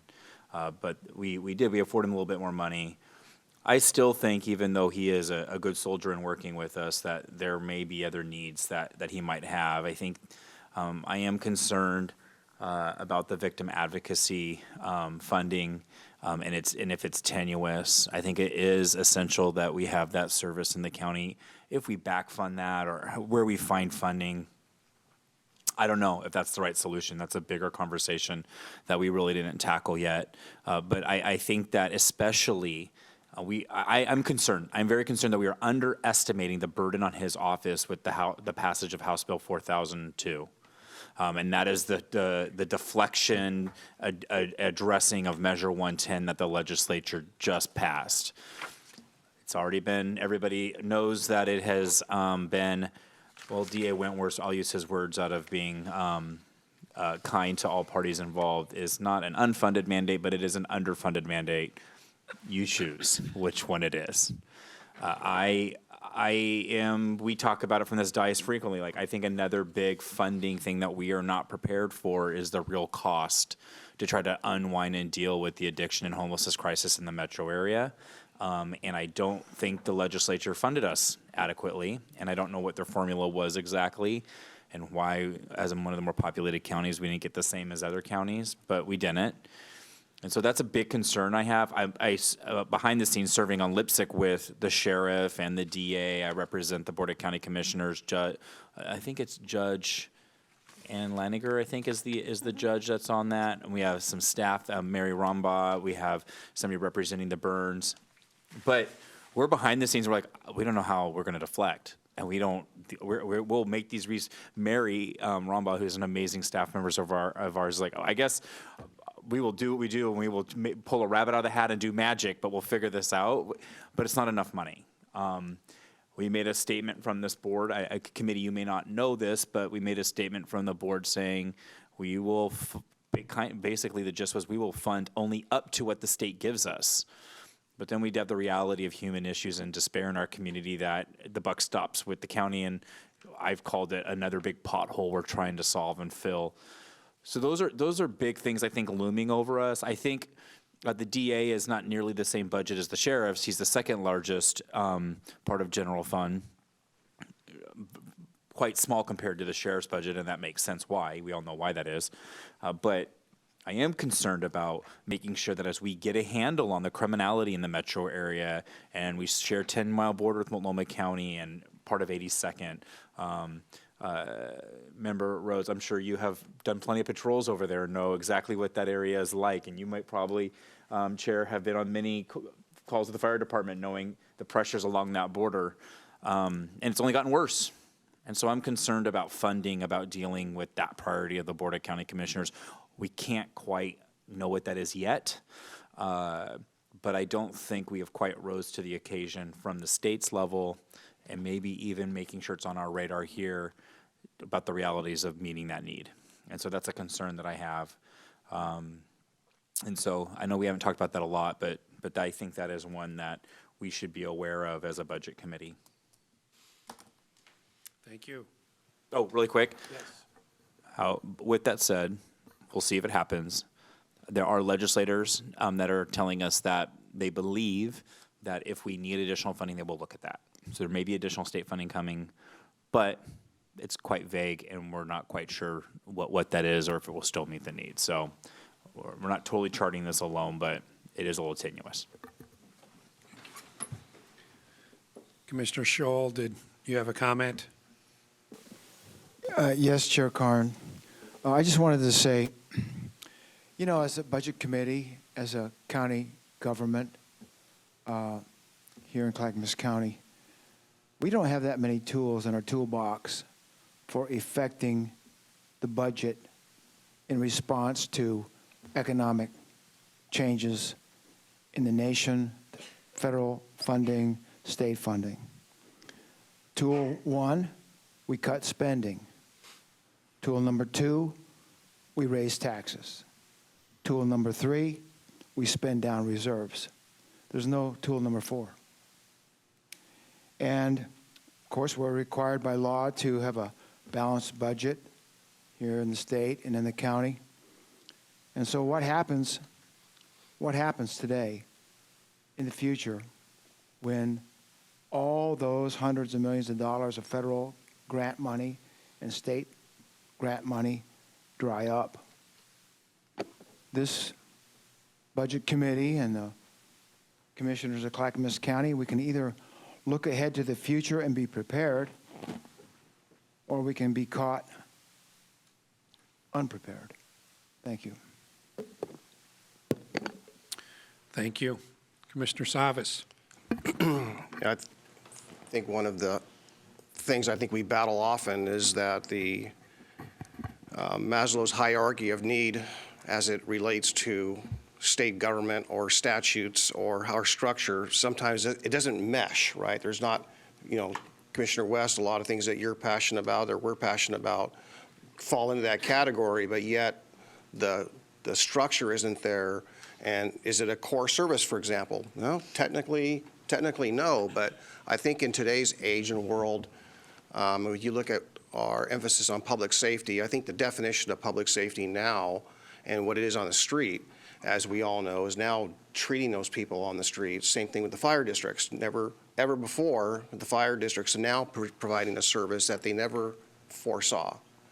And so, again, here comes Maslow's hierarchy of need. How do we address that? And our structure is not there. And I think that the voters across the country, regionally, whatnot, sometimes will step in, you know, action by advocates or elected officials to fill some of those gaps. I completely agree that in an economic crisis, if there is one coming, and usually there is at some degree, you know, a recession or something greater than that, that having a backup plan, which I can align with Commissioner Scholl on something like that, I believe, is having a plan B in case things fall apart, right? And but at the same token is I think there'll be some tough decisions to make because I think there'll be people's lives that we are 100%, I think more than ever, at least the elected folks around here, we have a responsibility. We took an oath of office to do a number of things. Districts, I mean, we took the oath of office to do, or the health board, where that we have a lot of responsibilities, but they clash sometimes with what is mandated by the state, if you want to look at it as a core service. So how we navigate that is it's not easy, and I don't think there's a clear answer to any of it. But financially, what's going to support us all? You know, we had a crisis with COVID-19, with this pandemic, and the federal government stepped in and gave that financial relief, unfortunately, at the expense of printing more money, which created a whole different cycle and a whole set of different consequences. But there's an example of meeting the needs of a crisis, but at a greater level than we are. Again, the federal government and the state to some degree as well. That said, I want to just tell you that my experience with this particular budget committee and this year, that I have really, for once, on the final day, deliberation day, actually felt that we actually did work today. Usually, I'll be honest with you, I would come to the meeting with, ideas, motions, policies I wanted to talk about, engage after we had all the budget presentations. And what I knew was going to happen usually happened, and it'd be, a member or two of the commission or the budget committee would have the final script for the final motion to approve the budget right out of the gate. And we never had any deliberations. It was right to this, and boom, it was done and over with. And I felt, oh my gosh, we never even talked amongst ourselves. So I want to thank each and every one of you for the great dialogue. And the first year ever, my first budget year ever, where we had serious deliberations, and we did it well, and I think we did it calmly and respectfully and responsibly. So thank you from the bottom of my heart. Thank you. I would echo that, and one of the things personally I enjoy as a citizen member is the diversity of our group.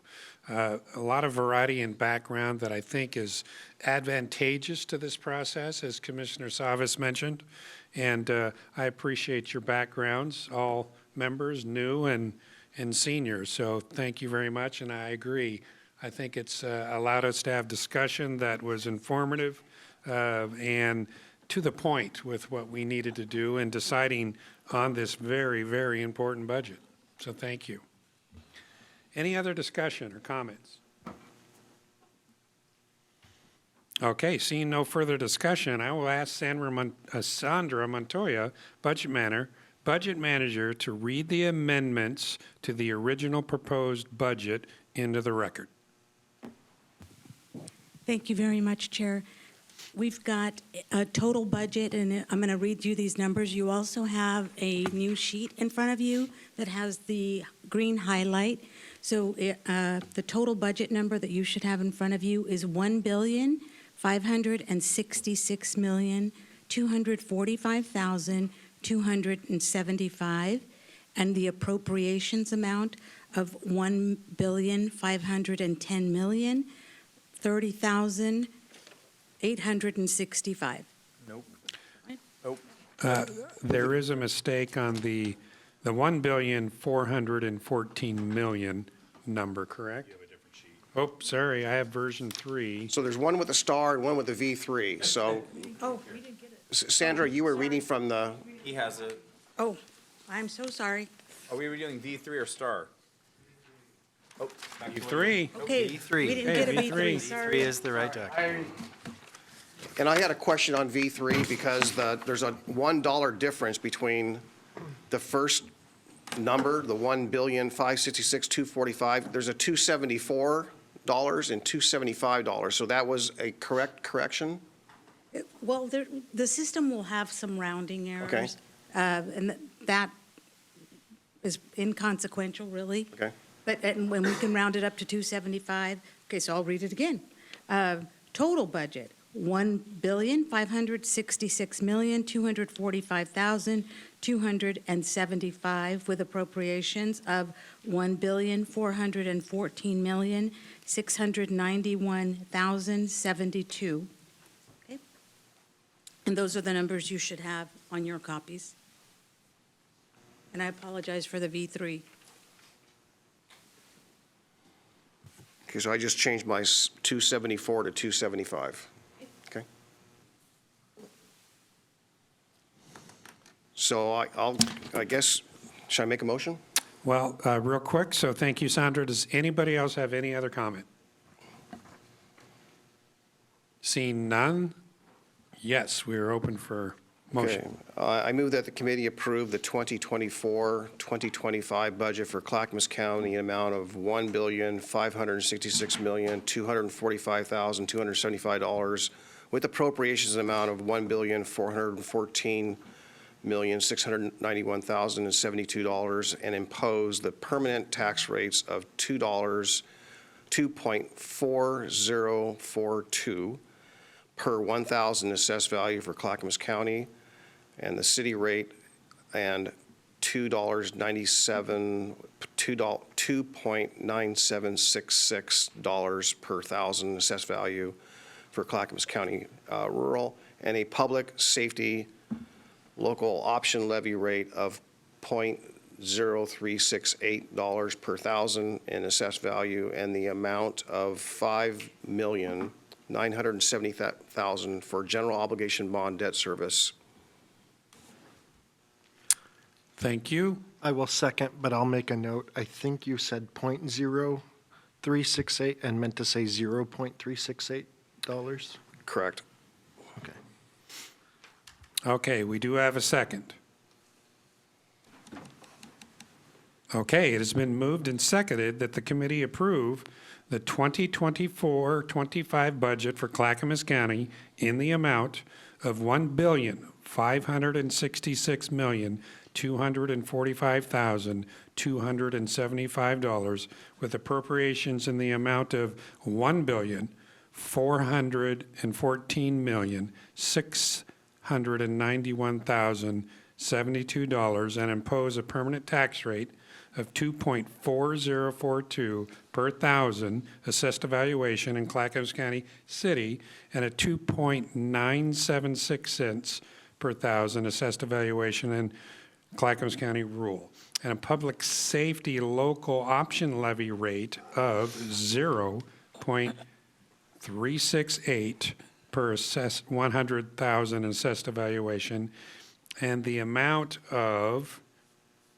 $5,970,000 for the general obligation bond debt services.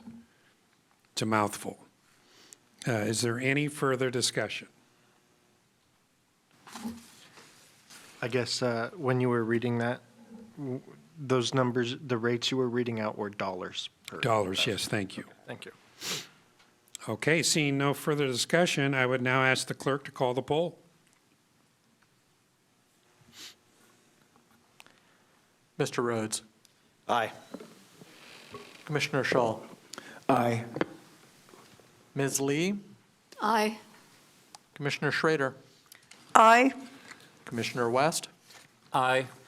Ms. Rader, Aye. Mr. Cernak, Aye. Commissioner Savas, Aye. Chair Karn. Aye. Chair, the vote is 9-0. Thank you. Well, the vote passed unanimously. Thank you for your good work. Is there any other business before this committee? Chair Carn? Yes. Do we want to keep our budget binders in here for collection? Yes. Okay. Thank you.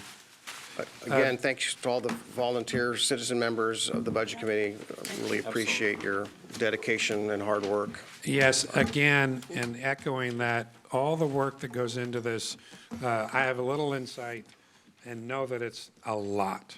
And for everyone, this is almost just a day-to-day thing that you have to deal with because the budget is so large. And thank you to the finance team for all your hard work. We appreciate it. Certainly, commissioners, for your guidance.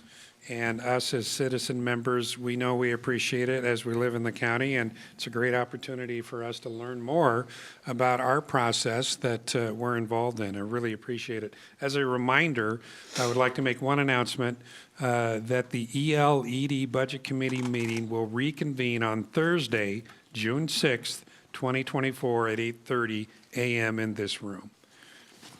Seeing no other business before this committee, we are adjourned.